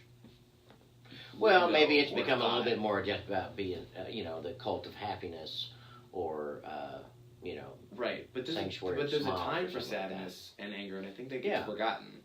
I think it gets thrown to the wayside, and when you have too much of one, it becomes boring. And I think boredom is significantly worse. I'm nostalgic for a time when you can be sad. Right. Well, I mean, boredom is like. Actually, I was just trying to rework the theme in there. Yeah. I think boredom is actually brain damaging because, you know, what's his name? Vsauce did that video I showed you a while ago where he did the experiment where he put himself in a plain white room with the stuff he needed for like 3 or 4 days or whatever. Yeah. And by the time he got out, they did a test on him. They were like, man, if you would have stayed in there like a day or two more, you could have had serious brain damage. Like there was something like messed up going on in there. And he's like, I realized I didn't truly experience anything. I don't truly experience anything until I tell someone about an experience I've had. Because it almost feels like my 3 days in there almost feel like a dream. Because I didn't have anybody to tell about anything that happened in there. Like, boredom is seriously dangerous. I think that's the serious evil. Is here's the main example I'll go to, and then we can move on. But there's an episode of the Twilight Zone where this guy dies, and he was a thief, and he gets to heaven, and he's super surprised. And it's this place where he gets everything he wants. All of these attractive women find him so attractive and want to be with him. He goes to the casino every night where everyone knows his name and loves him. He gets to drink whatever he wants because he's got a free tab there. And every game he plays, he wins. So he's got all this money, this beautiful mansion, and he lives it day in and day out getting whatever he wants. And after a long time, he gets so bored. He was like, this is not what I thought it would be. And then he goes to who he thinks is God. It's like, I know this is crazy, but could I maybe try the other place? And the guy starts laughing and he goes, I don't think you get it. This is the other place. He's like, this is the ultimate evil. Which is, there's no contrast. When you live without contrast, there's something I think truly evil about that. But I think we've fooled ourselves into thinking that sadness and anger is the true evil. Yeah. Or that negative. Or that is just really bad. Well, I mean, you wouldn't want you want anybody you want that you love to be, or anybody that you don't love. If you care about humanity, you don't want them to live their lives in a perpetual state of sadness. You know. Well, I mean, no, it's but not. it's not like a. It's not like I think it's goal. bad, but it's bad to never be sad. Well, I don't think you should live your life in a perpetual state of anything. Right. I think you should live with contrast because that's how you truly experience, and it'll truly lead you to being not happy but satisfied with life, I guess. But some of that, you know, I mean, to wrap it back into all this, which you haven't ventured too far, really is maybe that's where nostalgia kicks in. When I'm not particularly feeling happiness, I go back to those times when I'm feeling sad. But that's what I'm saying. Normally we use those things probably to avoid something in that moment. To me, when I use the word nostalgia, for any, like, lost in it. I mean, if I think back and I have a recall or a memory or... Well, what would you say... Oh, that was funny. Remember when Dad did such and such or this or this? I mean, I don't think there's anything wrong at all. It can be very useful. What would you think you're avoiding if say your brother died and the very next day you guys are reminiscing Mm-hmm. over his death or over who he was, Mm-hmm. what would you be avoiding in that nostalgia? I guess the reality of his death? Well, I guess I wouldn't. I don't know that I'd put that with like lost in nostalgia. So you, Man, there is a time to weep. but There that is a certainly time to would mourn. be described as nostalgia or reminiscing. Or is there a difference? I don't know. relaxing and I think nostalgia? of it nostalgia. I guess it's one of those because it's certainly not. I'm not a soldier having such pain to be home. Nostalgia might be that as people say we've got a heaven-shaped hole in the middle of our hearts. Mm-hmm. Maybe that's nostalgia. There's this ache for this place of great settledness, and it's not really memory. It's just this feeling of I'm not where I ultimately truly exist. I don't know. Now we're really getting. You think nostalgia is the friction? Well, I'm trying to sort of metaphorically go with the word home. It's a byproduct of not being satisfied. Well, Because I'm if building on your we're deal. a square trying to fit into a circle-shaped hole, the friction or whatever comes from that's nostalgia. Or nostalgia is one of those byproducts, is what you're saying. Well, what I'm doing is now you told me a definition of how it originated as a word. Do you want me to give you the actual definition of nostalgia? You got a soldier that has such pain thinking of home. So obviously he's in a very brutal, unsafe, high intensity, high anxiety environment, and he's remembering a hugely contrasting place where he's got the smell of potatoes cooking and the meal and the gather. I mean, it's going to be a nice section of that world that he's going to go to and get lost in. It's not going to be the time he had a flat on the freeway. He can't function as a soldier and he has to be sent back. That's what it was defined as. This guy's nostalgic. We have to get him back. But it's selective.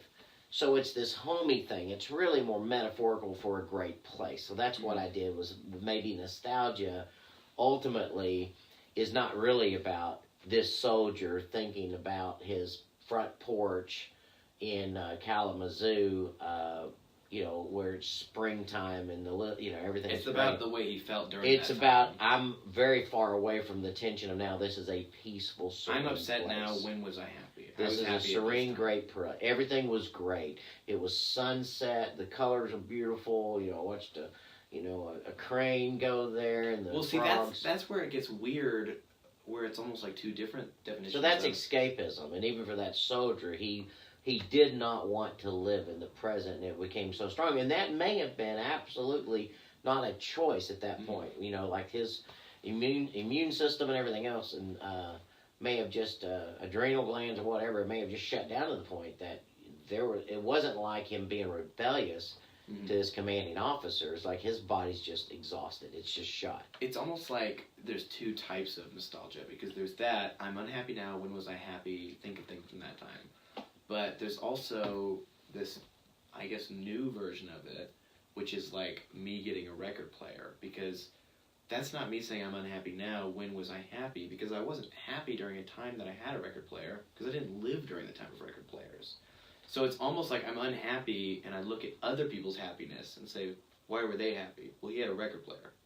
Well, let me take that. If you think you equate, or people equate, having a record player, it's a funny thing for you guys who never grew up with a record player, right? To go to a record player to get any particular it's like feeling. Vicarious. It's a guess. It's like vicarious nostalgia through other people. But you don't remember it as those who grew up with record players. We look at pictures of people with record players smiling. Because most of us with record players grew up going, wow, scratched records, dusty records, records that are warped.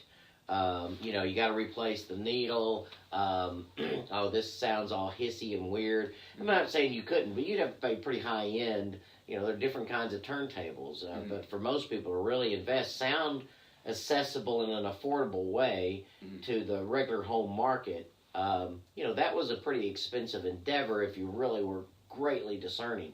And that was just a basic thing to bring music. You didn't really break down the cleanness. It's kind of like cameras now on iPhones. Well, it's sharper than the eye can see. Well, gee, how do I know that? How can I determine? Well, I guess I want to see better than I'm actually seeing. I mean, it's an oxymoron. But that's sort of what drives us. And I think it's, I do think it's more like vintage clothing. People that want to buy that vintage thing, or me thinking of knickers. Well, those that grew up with knickers, if they gave any thought to them at all, in terms of happiness or whatever, I don't know what those were. I'm sort of importing what I want. I'm projecting what I want onto that record player, those knickers. I don't even know if that's nostalgia. That's probably more just projecting or placeholdering something, or me looking for some way to authenticate myself. Yeah. Do you want me to read the definition of nostalgia? Yeah. It says a sentimental longing or wistful affection for the past, typically for a period or place with happy personal associations. There you go. So that's exactly. Yeah. I'm unhappy. When was I happy? Yeah. Yeah, exactly. Well, and that's basically what the soldier's feeling. I mean, he's, again, I'm thinking his body's just about to shut down. I don't think it's a willful thing. I don't think it's a wimpy thing. I think his adrenal glands have probably just been overworked to such a degree, like post-traumatic stress these days. You can just exhaust your body, and you get probably, as a way of surviving, you fixate on a something that brings strength and joy and something life vitality to you. That'd be a happy memory, but it's a snapshot. There's an interesting thing. One of my theater teachers, he retired at the end of my junior year, and he had a speech at our banquet or whatever, and it was kind of weird, and we kind of all thought it was kind of almost dark when he said it, because he was like, this is gonna be weird, but you need to forget me. He was like, there are gonna be new theater teachers coming in next year, and you need to embrace them. You need to not tell them this is our tradition, this is what he did, and we need to do this. Like, don't let me hold you back. I've been here for a long time, and I had a great time, but that's over. And it was kind of really interesting and almost refreshing, because, I don't know, it's weird. A lot of people were like, what the hell was that? What was he talking about? And why would he be so negative about it? Right. But it was interesting because there's something about moving on that's like, it's like really, really good and sobering. Right. And so I do think there is an inherent negativity to nostalgia. And it's almost like, I don't know, like, obviously there's something deep within us that wants to be remembered after we die, but I don't know, I think that's a selfish thing, to want to be remembered after you die. Well, I think it's an informing thing. I think it's saying, I want to have done something meaningful while I was here. Right, but if why? I did something meaningful, then the natural consequence of that is that I will probably be I don't think remembered. it has to be, though, for you to do something meaningful. What, that you'll be remembered, you're saying? Yeah, I think that's how we value our lives. That's how we sort of measure our lives, which is probably how we land on sporadically. I mean, I don't know. Satisfaction, happiness, all these different things is how well am I being meaningful? How well am I doing something that matters, is engaged? My being on this planet at this time is not a sucking off of the planet in some bad detrimental way, but I'm actually a contributor of some sort. I think there is something very important about that. And when we don't feel that, and we feel unhappy, and we probably go to nostalgia. But a negative byproduct of nostalgia could be considered tradition, because that gets really perverted and bad fast, I think. What do you mean, tradition? Tradition being, times change all the time. Mm-hmm. Time is a constantly turning clock, and when you try to keep something solid the exact same way, there's too much friction to function, I think. A lot of stuff, like with the church, they're trying to keep so much tradition that just doesn't make sense anymore. It doesn't work with how the times are changing, if that makes any sense. Yeah, I'm just trying to.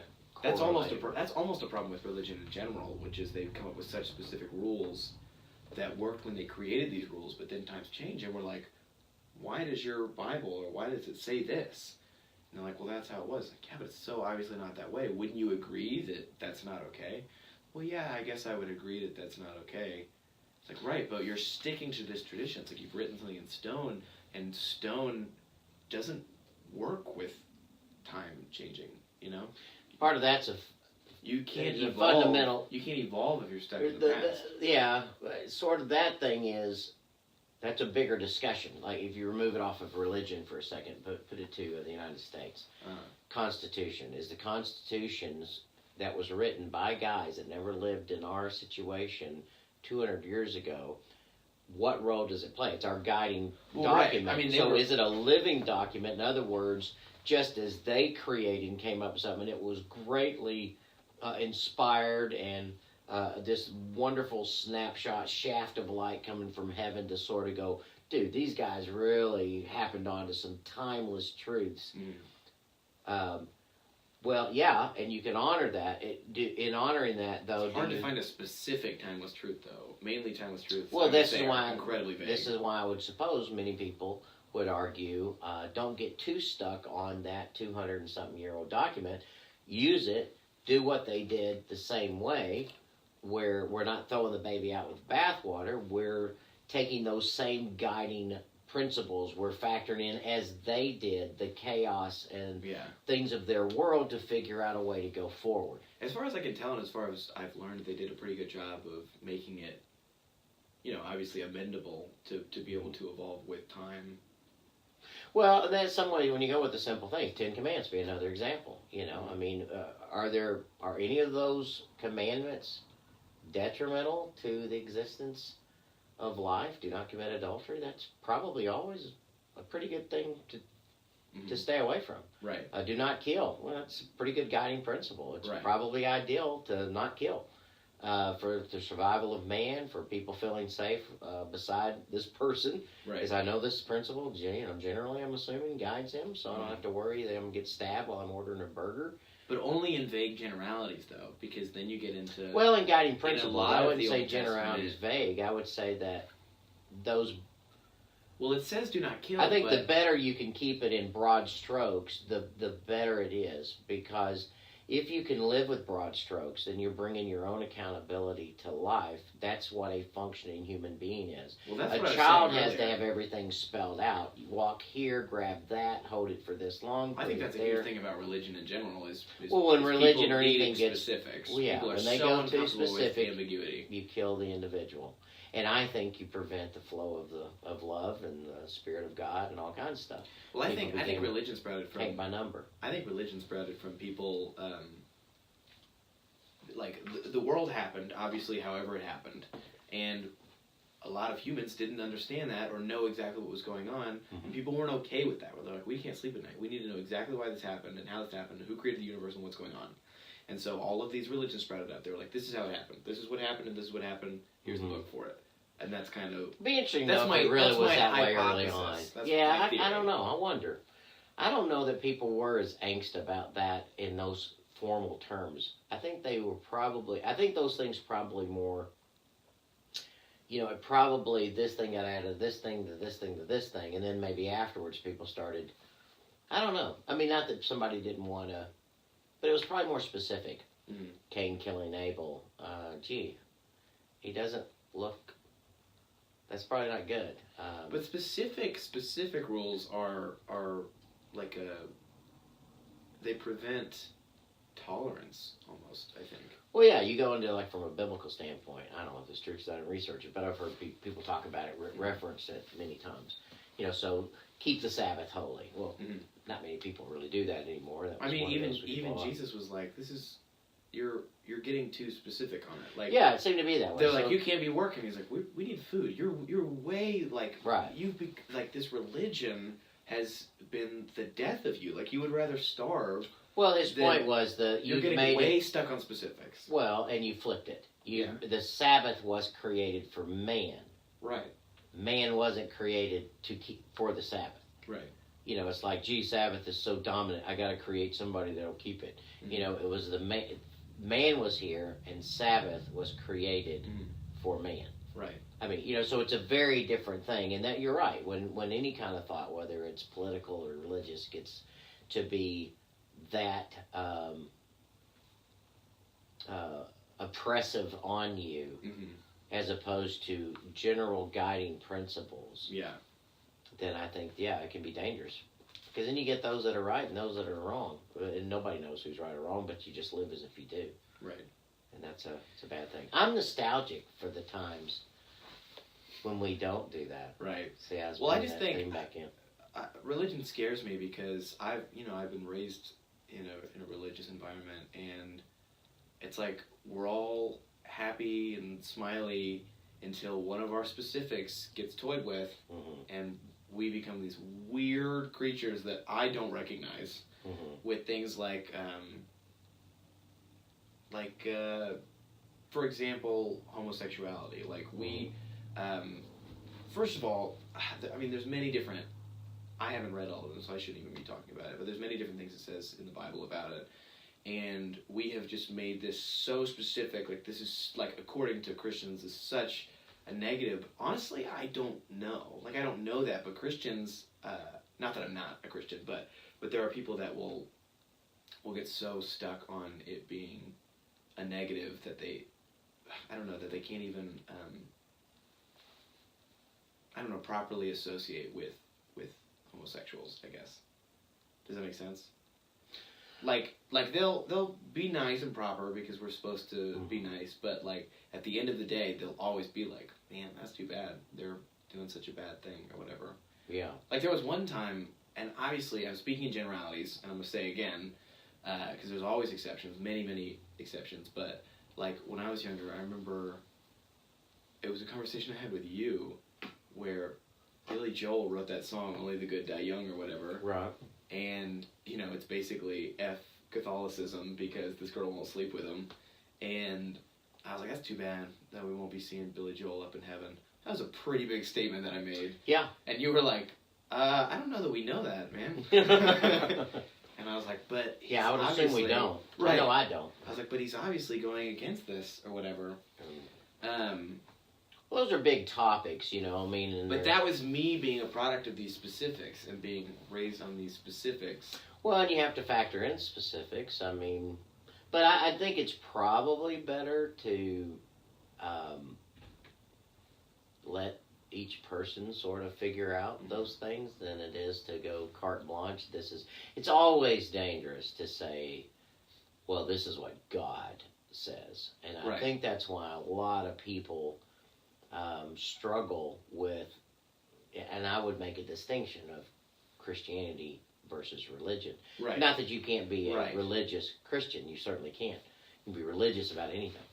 But I would think that's probably where things go into, at least the way that I say places. religion, and I should have said this before, but at least the way that I say religion is more along the lines of people thinking that, you know, for example, the Sabbath, or the man was made for Sabbath, instead of what Jesus said, which is Sabbath was made for man. It's like that was a very kind of religious, specific, like we have to live by these rules and it makes us feel better, that kind of thing. Which I'm speaking generalities, it makes me sound like every church is doing this horrible thing, which I don't think so. I think there's a lot of positives to religion, but I think there are certain things being anti-tolerance that is deeply troubling to me. Yeah, I know. I think that part of it probably is, I mean, like I said, you get into so many things, the role of Scripture and all kinds of stuff. But that's part of what we're dealing with in this particular era, although we're way away from nostalgia. No, you said that's what we're dealing with in this particular area. It's never been this bad. Like I don't know that it hadn't been this bad. No, I was making a joke. Like, it's never been this bad. You should have been here back. There's just more people that we're in the end times, if you know. We are. 2028 though is actually the final end. Based on my research, deals with groundhogs, a bunch of different things. I have one more topic I want to get into. Okay. It's only been 4 hours, so this is good. So we'll wrap up the nostalgic thing. I guess we came to a conclusion, which is... By the way, overview on the whole conversation of religious things is God is love. Right. And there's a wideness in God's mercy that is just immeasurable. So if you're basically where I am, gay or heterosexual, I would say God loves you. That's my huge thing. That's my huge thing about Christianity and religion. I'm certainly a Christian, but I hesitate to call myself that because of so much negativity that has been associated with it that I don't have answers for. Mm-hmm. People ask me why a priest raped a child. I'm like, I have no answer for that. Mm-hmm. I can't defend him in any way, and so I'm hesitant to say that I'm a Christian. It's scary. It's scary to label yourself in any way, I guess. Really, is the ultimate point of that, because in every tribe and religion and group, there's going to be bad people, bad and good things people. happen. But I've kind of stepped back, I think, and so I'm more okay with ambiguity and more tolerant to the specifics. I guess. Well, I think that's a good way to live. Yeah, I don't see anything inherently negative about a lot of things that have come up today. Mm-hmm. I think some of the way we're living, where people are saying that you need to think it's negative or you need to think it's positive, can be troubling. I don't know that it's necessarily good or bad, but it's troubling. So I'll say it troubles me. Mm-hmm. But as far as the concept of nostalgia goes, I think it has its place just like everything else, but I certainly think it can get very negative very fast. Yeah, I mean, going back to my little joke earlier, just a glance. I mean, it really is because you might as well call it what it is. You're fantasizing. Mm-hmm. You're fantasizing, and if you're fantasizing, you can use fantasy in very productive ways. You can create novels and movies. Well, I mean, that's the whole thing, is that all like the greats in the artist world were depressed alcoholics. Yeah, but I think if you got lost in so-called nostalgia, you're really, what are you escaping? That would be my main thing. If you're lost somewhere that way, you're not in the now. Mm-hmm. The only power is in the now. Mm-hmm. The only power is in this moment, right now. Mm-hmm. It's nowhere else. Mm-hmm. That doesn't mean I can't go, oh, that was so cool. Or look through old pictures of kids or marriage or parents or. But it's a hollow tease, really, because the picture it's only a prompt for your own imagination. Yeah. It isn't a truth within itself. So I think my conclusion is that it's more negative than it is positive, but I think there is a positive Probably aspect most of of the time. it. I think there's a positive aspect of it that can be utilized. So I don't think it's always negative. Well, thank God for memories. But I think it's right. But I think it's very right. When it's more than a glance, it can be very detrimental to your health. Yeah. Why am I staying here so long? But we try to justify it so much. It's like, if someone really meant something to you, it better affect you a lot. Like if someone. But it affects you without if you were with looking someone, backwards. Like going back to the couple, if you were with someone for 2 years and then they broke up with you, it's devastating, and then you start dating someone 2 months later, people would be like, oh my gosh, like, did she not mean anything to you? It's well, like, no, I wouldn't think that's true. I would think that's you guessing what people think. Right. And then those people that are thinking, I wouldn't think it's true either. That's what I was saying. May be absolutely incorrect. My mom passed away now. It's more than a year. Dad, 6 years. Well, gee, I mean, I'm still doing, my life looks pretty similar to the way it looked before he died or she died. Am I not remember? Gee, did they not mean anything to me? I mean, should I just, I don't know, cover myself in sackcloth and ashes every day? And it's hard. I mean, it's a hard pill to swallow that life goes on. Like it always Well, does. it is, but that's the bittersweetness of it to go, I can tell you this, I'm thankful for their legacy. I often will take, pictures of Dad in my room and Mom, and or without those, just drive sometimes. Something will try to trigger it. Love you, Daddy. Thank you so much for the legacy you've given me. Thank you. And I'll think through specifics. You had 6 kids and you kept food on the table. Yeah. My goodness, the chaos that you right. spawned into this world. As long as you're not wallowing and it's impairing you to do something. I can't function without Dad. Dad wants, what Dad would want, I'm assuming is what I'd want.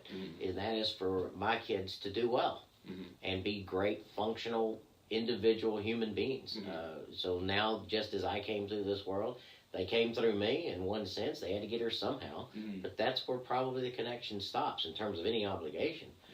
Now it's just, I hope I didn't screw you up. So as you go on in life, you're at least able, have enough of the stuff to know what putting one foot forward in front of the other is. Definitely. If you're doing that, then that's great. Yeah. I didn't mess up the world by having descendants. Right. So I want to close that unless you have any other closing topics on this. No, just 2028. Be prepared. That's all I'm saying. I think it's towards the we're going latter part of the now year. a little bit with with closing it. But the last topic I want to talk to you about before we end this is it's almost completely different. And if there's anybody who's watched this whole thing, get a life. That's all I say. Hey, there are people watching it right now. Is it really? Wow. Yeah. Are they shut-ins? I don't know. Shut-ins with computers. So if you're shut-ins, feel free to that's something. Comment. Also, if you want, for funsies, you can comment your first or favorite memory. First or favorite. And we'll mention it. Probably those are not the same. It could be. I don't know. If you had a very... Sad for you. If your first memory is your favorite, I'm thinking your life sucked. Yeah, probably. That's what I'm thinking. Okay, so I want to get... My first memory is a favorite, which was getting close to a milk bottle. I love that. I want to get into the topic of writing. Nothing else is worth memory. Because you're a writer. I am a writer. Or certainly have been. I'm a writer. What's the last thing you wrote? Or just when's the last thing you wrote? I wrote a note to my wife before I came here. Earlier. Okay, so you're writing all the time. Writing it's notes like a regular part all of the my time. life. It's crazy. Good. Are you right-handed or left-handed? I write right-handed, which sounds redundant to right.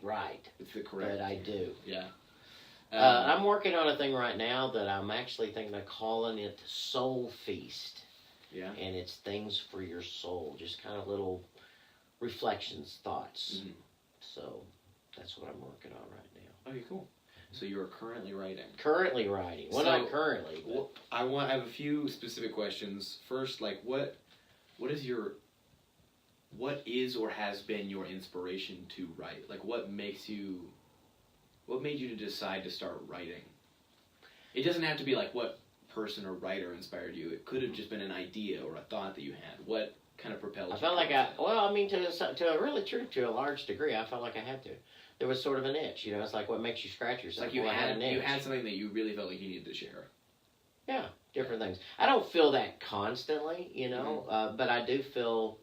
I usually feel pretty regularly. It'll never really fully leave me that I need to take what I think in here, or I've heard or processed, and spit it out in some form. Mm-hmm. Conversation can solve it most of the time, or a lot of the time, but sometimes it's, I think sometimes it's more abstract in a book, and so you need to. Or it's to people I don't know, whether it's a blog or I don't blog, but I'm saying I can see why somebody would feel that. It's just as legitimate as you never have blogged. You seem like you could definitely be a blogger. I wrote a few things that, and I never really blogged in the sense that I really did it. Yeah. I think I had 3 or 4 writings, and I said, I'm going to blog. I already have these 4 writings, so I'm going to post these one. Well, I'm going to post 2 first, and I don't think I ever did a 3rd one. So I would say I'm not a blogger. I would be an insult to bloggers. Right. So let me go to, we're almost done here. When did you start writing? I was thinking I was 1st grade. You'd hold a pencil, and you'd make letters. Right. When did you start writing stories or art? When did you start creating art intentionally? I don't know, intentionally have to keep. I always liked drawing and art. Junior high I took it. What would be middle school to you guys?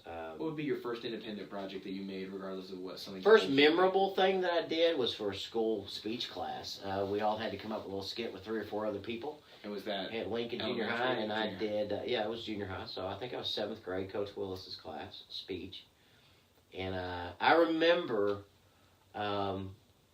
These are memories, the nostalgia thing. I go, okay, now I can't get nostalgic for this thing, but I can look at it and go, why am I nostalgic for that? Because I'm not feeling writing as easy as it felt in my memory to do that. Right. I remember getting sparked. It was unlike me to have a school assignment that I actually was like, dude, I'm going to get on this thing.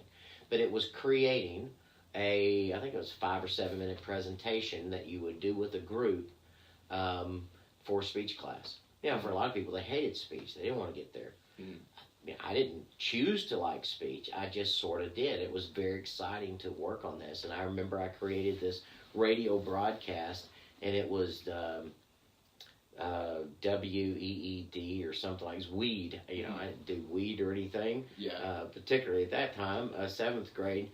But I loved Cheech and Chong's. I thought they were so funny, and I created this whole weed welcome to WE or something like that. It might have been a little different, but anyway, I basically wrote the whole thing and got the other people involved in it. I always thought that was the best in school when you could do that project, because for a lot of my school career, I was a pretty quiet kid, and a lot of my friends were outside of school.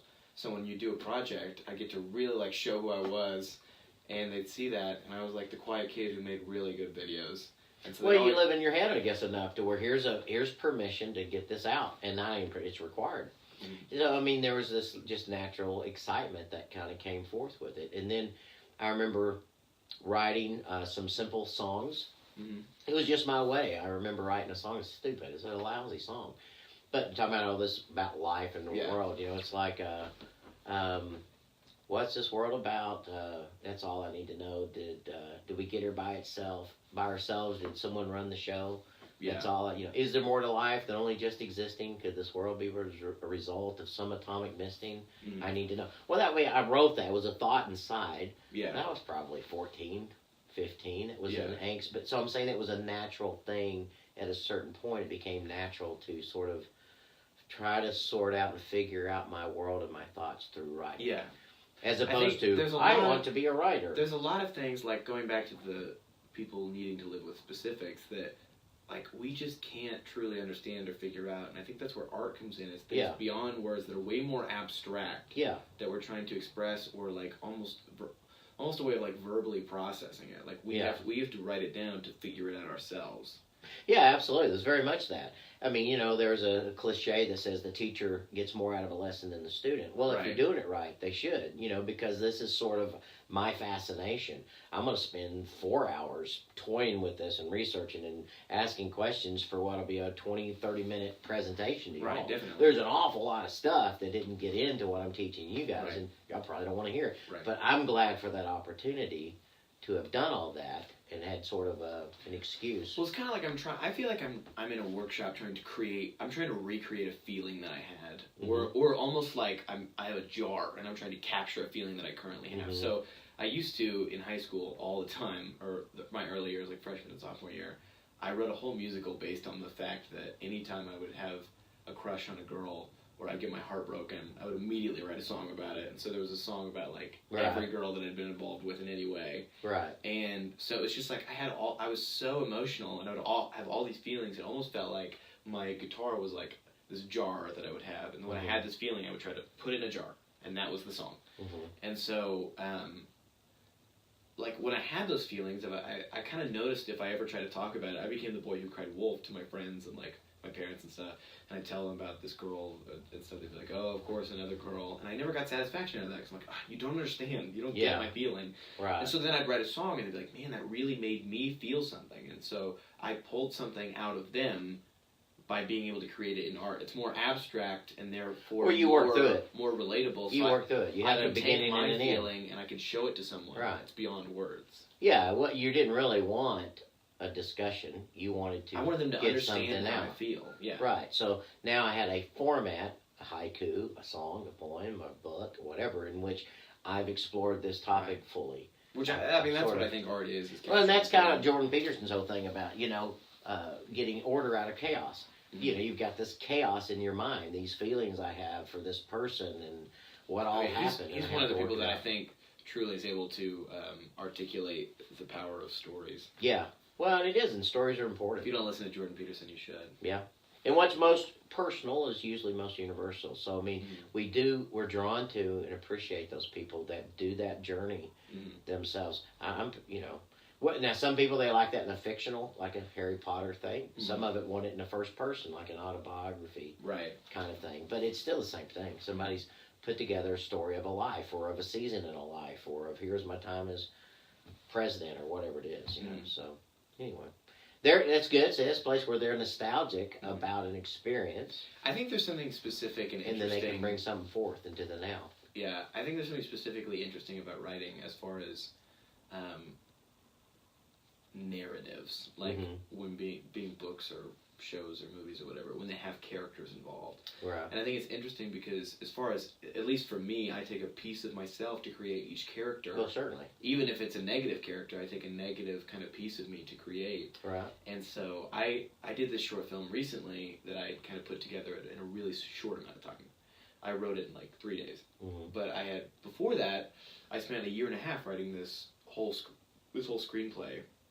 And I haven't gotten to do that yet. I hope that I do someday. Because I have this, I felt this nostalgia when I was creating the short film for my movie because I feel so much of a deeper connection to those characters.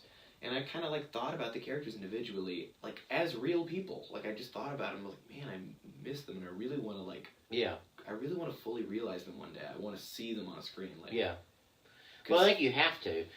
I mean, to me, if I know what I'm writing, and I'm like sort of dictating to people. myself, I don't like it. If I think of them as real, I wait for them to sort of tell me what they're going to say. Right. And that's the fun of it.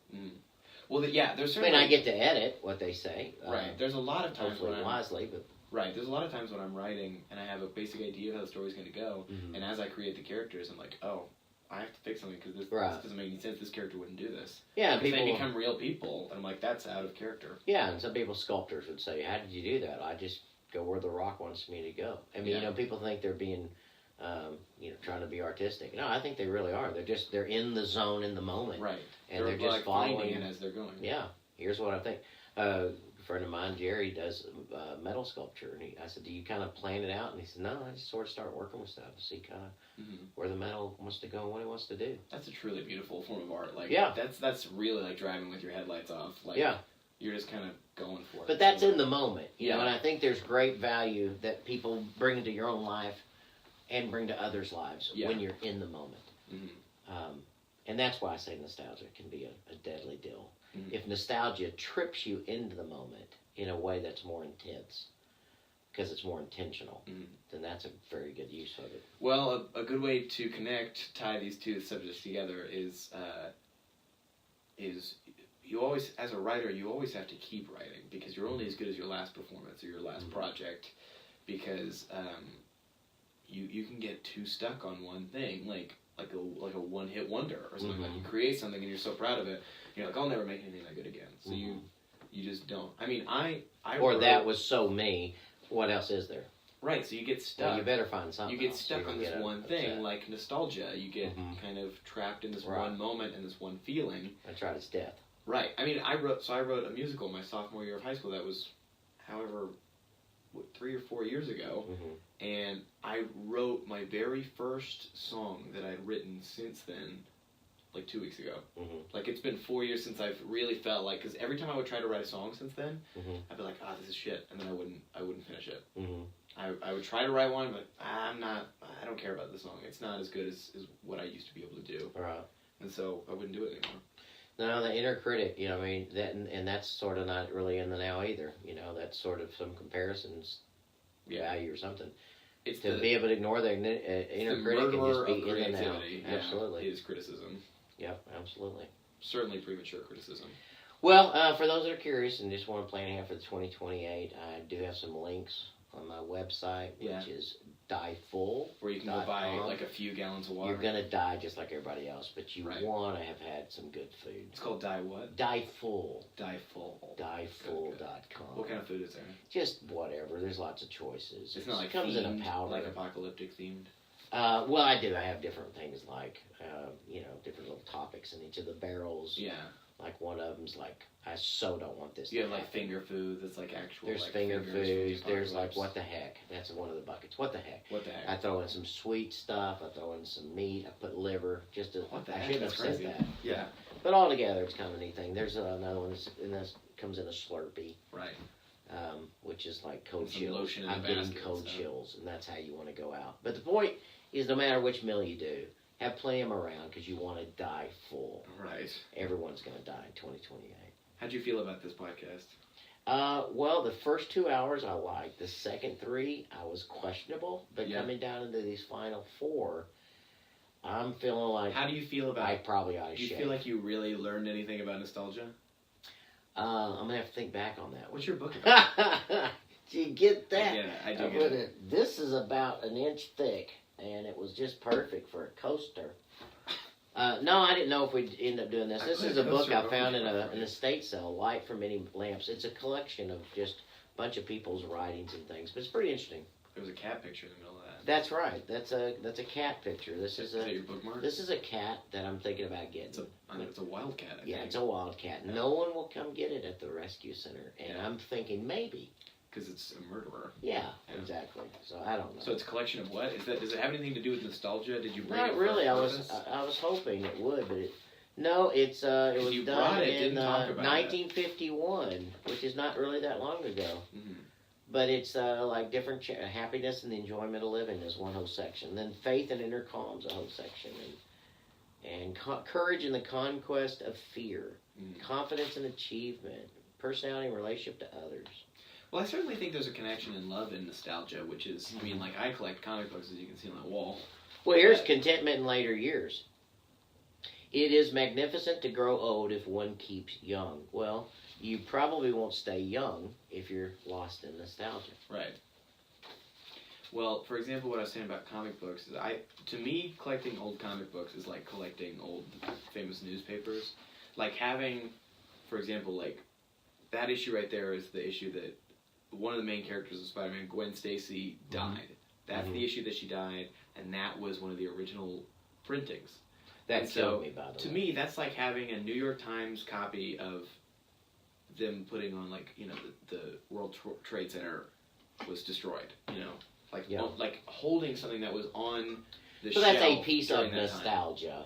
But see, we've sort of morphed these words into... What's cool about it to me, though, is, like, look at how I mean, it's not the best condition, but look how good a condition it is, and it's from, you know, 1960, whatever. Yeah. So that means that somebody got it, somebody really cared about it, and they took care of it. Some super dorky guy who liked Spider-Man gave it to somebody else. Like, who knows how many people owned that before me, but a bunch of people who've read that same book that I read, that cared about Spider-Man enough to take care of this piece. It's like, it's kind of me having connection to these people that I'll never know. So it is connection. I have a couple of letters that Grandmama wrote to Dad, or Dad wrote to her when he was at the Jamboree, so he's probably 11 or 14. His handwriting, what he was saying as that young, you know, it's very neat. Yeah, see, there's a beauty in the connection of that. Yeah.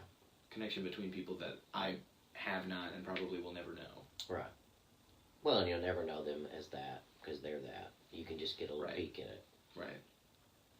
Well, alrighty. Well, we've come to the end of another broadcast today. How long was that? That was 6 hours? 2 hours I'm and guessing? 6 minutes. Oh, 2 hours. 2 hours and 6 minutes. My left cheek is asleep. We still have someone watching. Do we? We do. Wow. They just started. Yeah, probably. I had a lot of fun. Did you have fun? I did. Well, it's interesting just to chat. Maybe somebody found that portions of this better than just, you know, staring into the abyss or something. Right. If they had absolutely nothing to do, it's better than hitting your head against a wall. Right. All right, yeah. So, we're going to be doing this again next week, or at least I will. Yeah.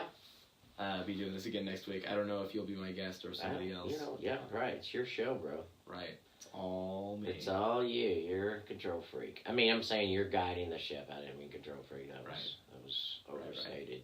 Right. For people who are watching this on Facebook Live, it'll be at popcornspace.com at 7 o'clock tonight. Well, looky there. Which is in 2 hours. Wow. So I have 2 hours to put it on there.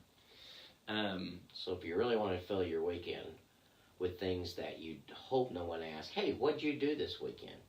Then you could go back and watch not only the original 2 hours, but watch it again. Right. And let that be the bulk of your weekend. Yeah. That's how I spend my life, creating content. That would be very sad. Alrighty. Any closing remarks? Bye. Wait. I have to say something because there was okay, so this movie, this new Spider-Man Into the Spider-Verse movie. Right there? Yeah. Okay. So it came out, what was it? Because today's Saturday. It came out on Thursday. I went and saw it with Trey, and there was like hardly anybody there, and I was super pissed about it because it was fan-freaking-tastic. And I guess it's finals week at college, and Abilene is this huge college town, but must be some reason for it. It's a great movie. Everyone needs to go see it. It's so fantastic. It's better than I could have ever expected it to be. Right. Yes. So I just want to throw that in there for anybody who's even thinking about seeing it. So you're plugging the movie now. I'm plugging the movie because it's fantastic. Spider-Man Into the Spider-Verse. Yes. It's a wonderful movie. That's all I'm going to say about it. Very nice. I didn't know you had as much Muppet stuff up here. I didn't know you were into Muppet stuff at all. I'm into Muppet stuff. Well, you got 3 of them. So. Yeah. Well, I got technically 4 of them. Because there's two of them right there. Oh, yeah. I wasn't meaning actual Muppets. I meant just the pictures. Photos. All right. This is the most interesting part of the podcast. All right. Well, so long. See ya. That was so good. So much fun. That message spelled this in.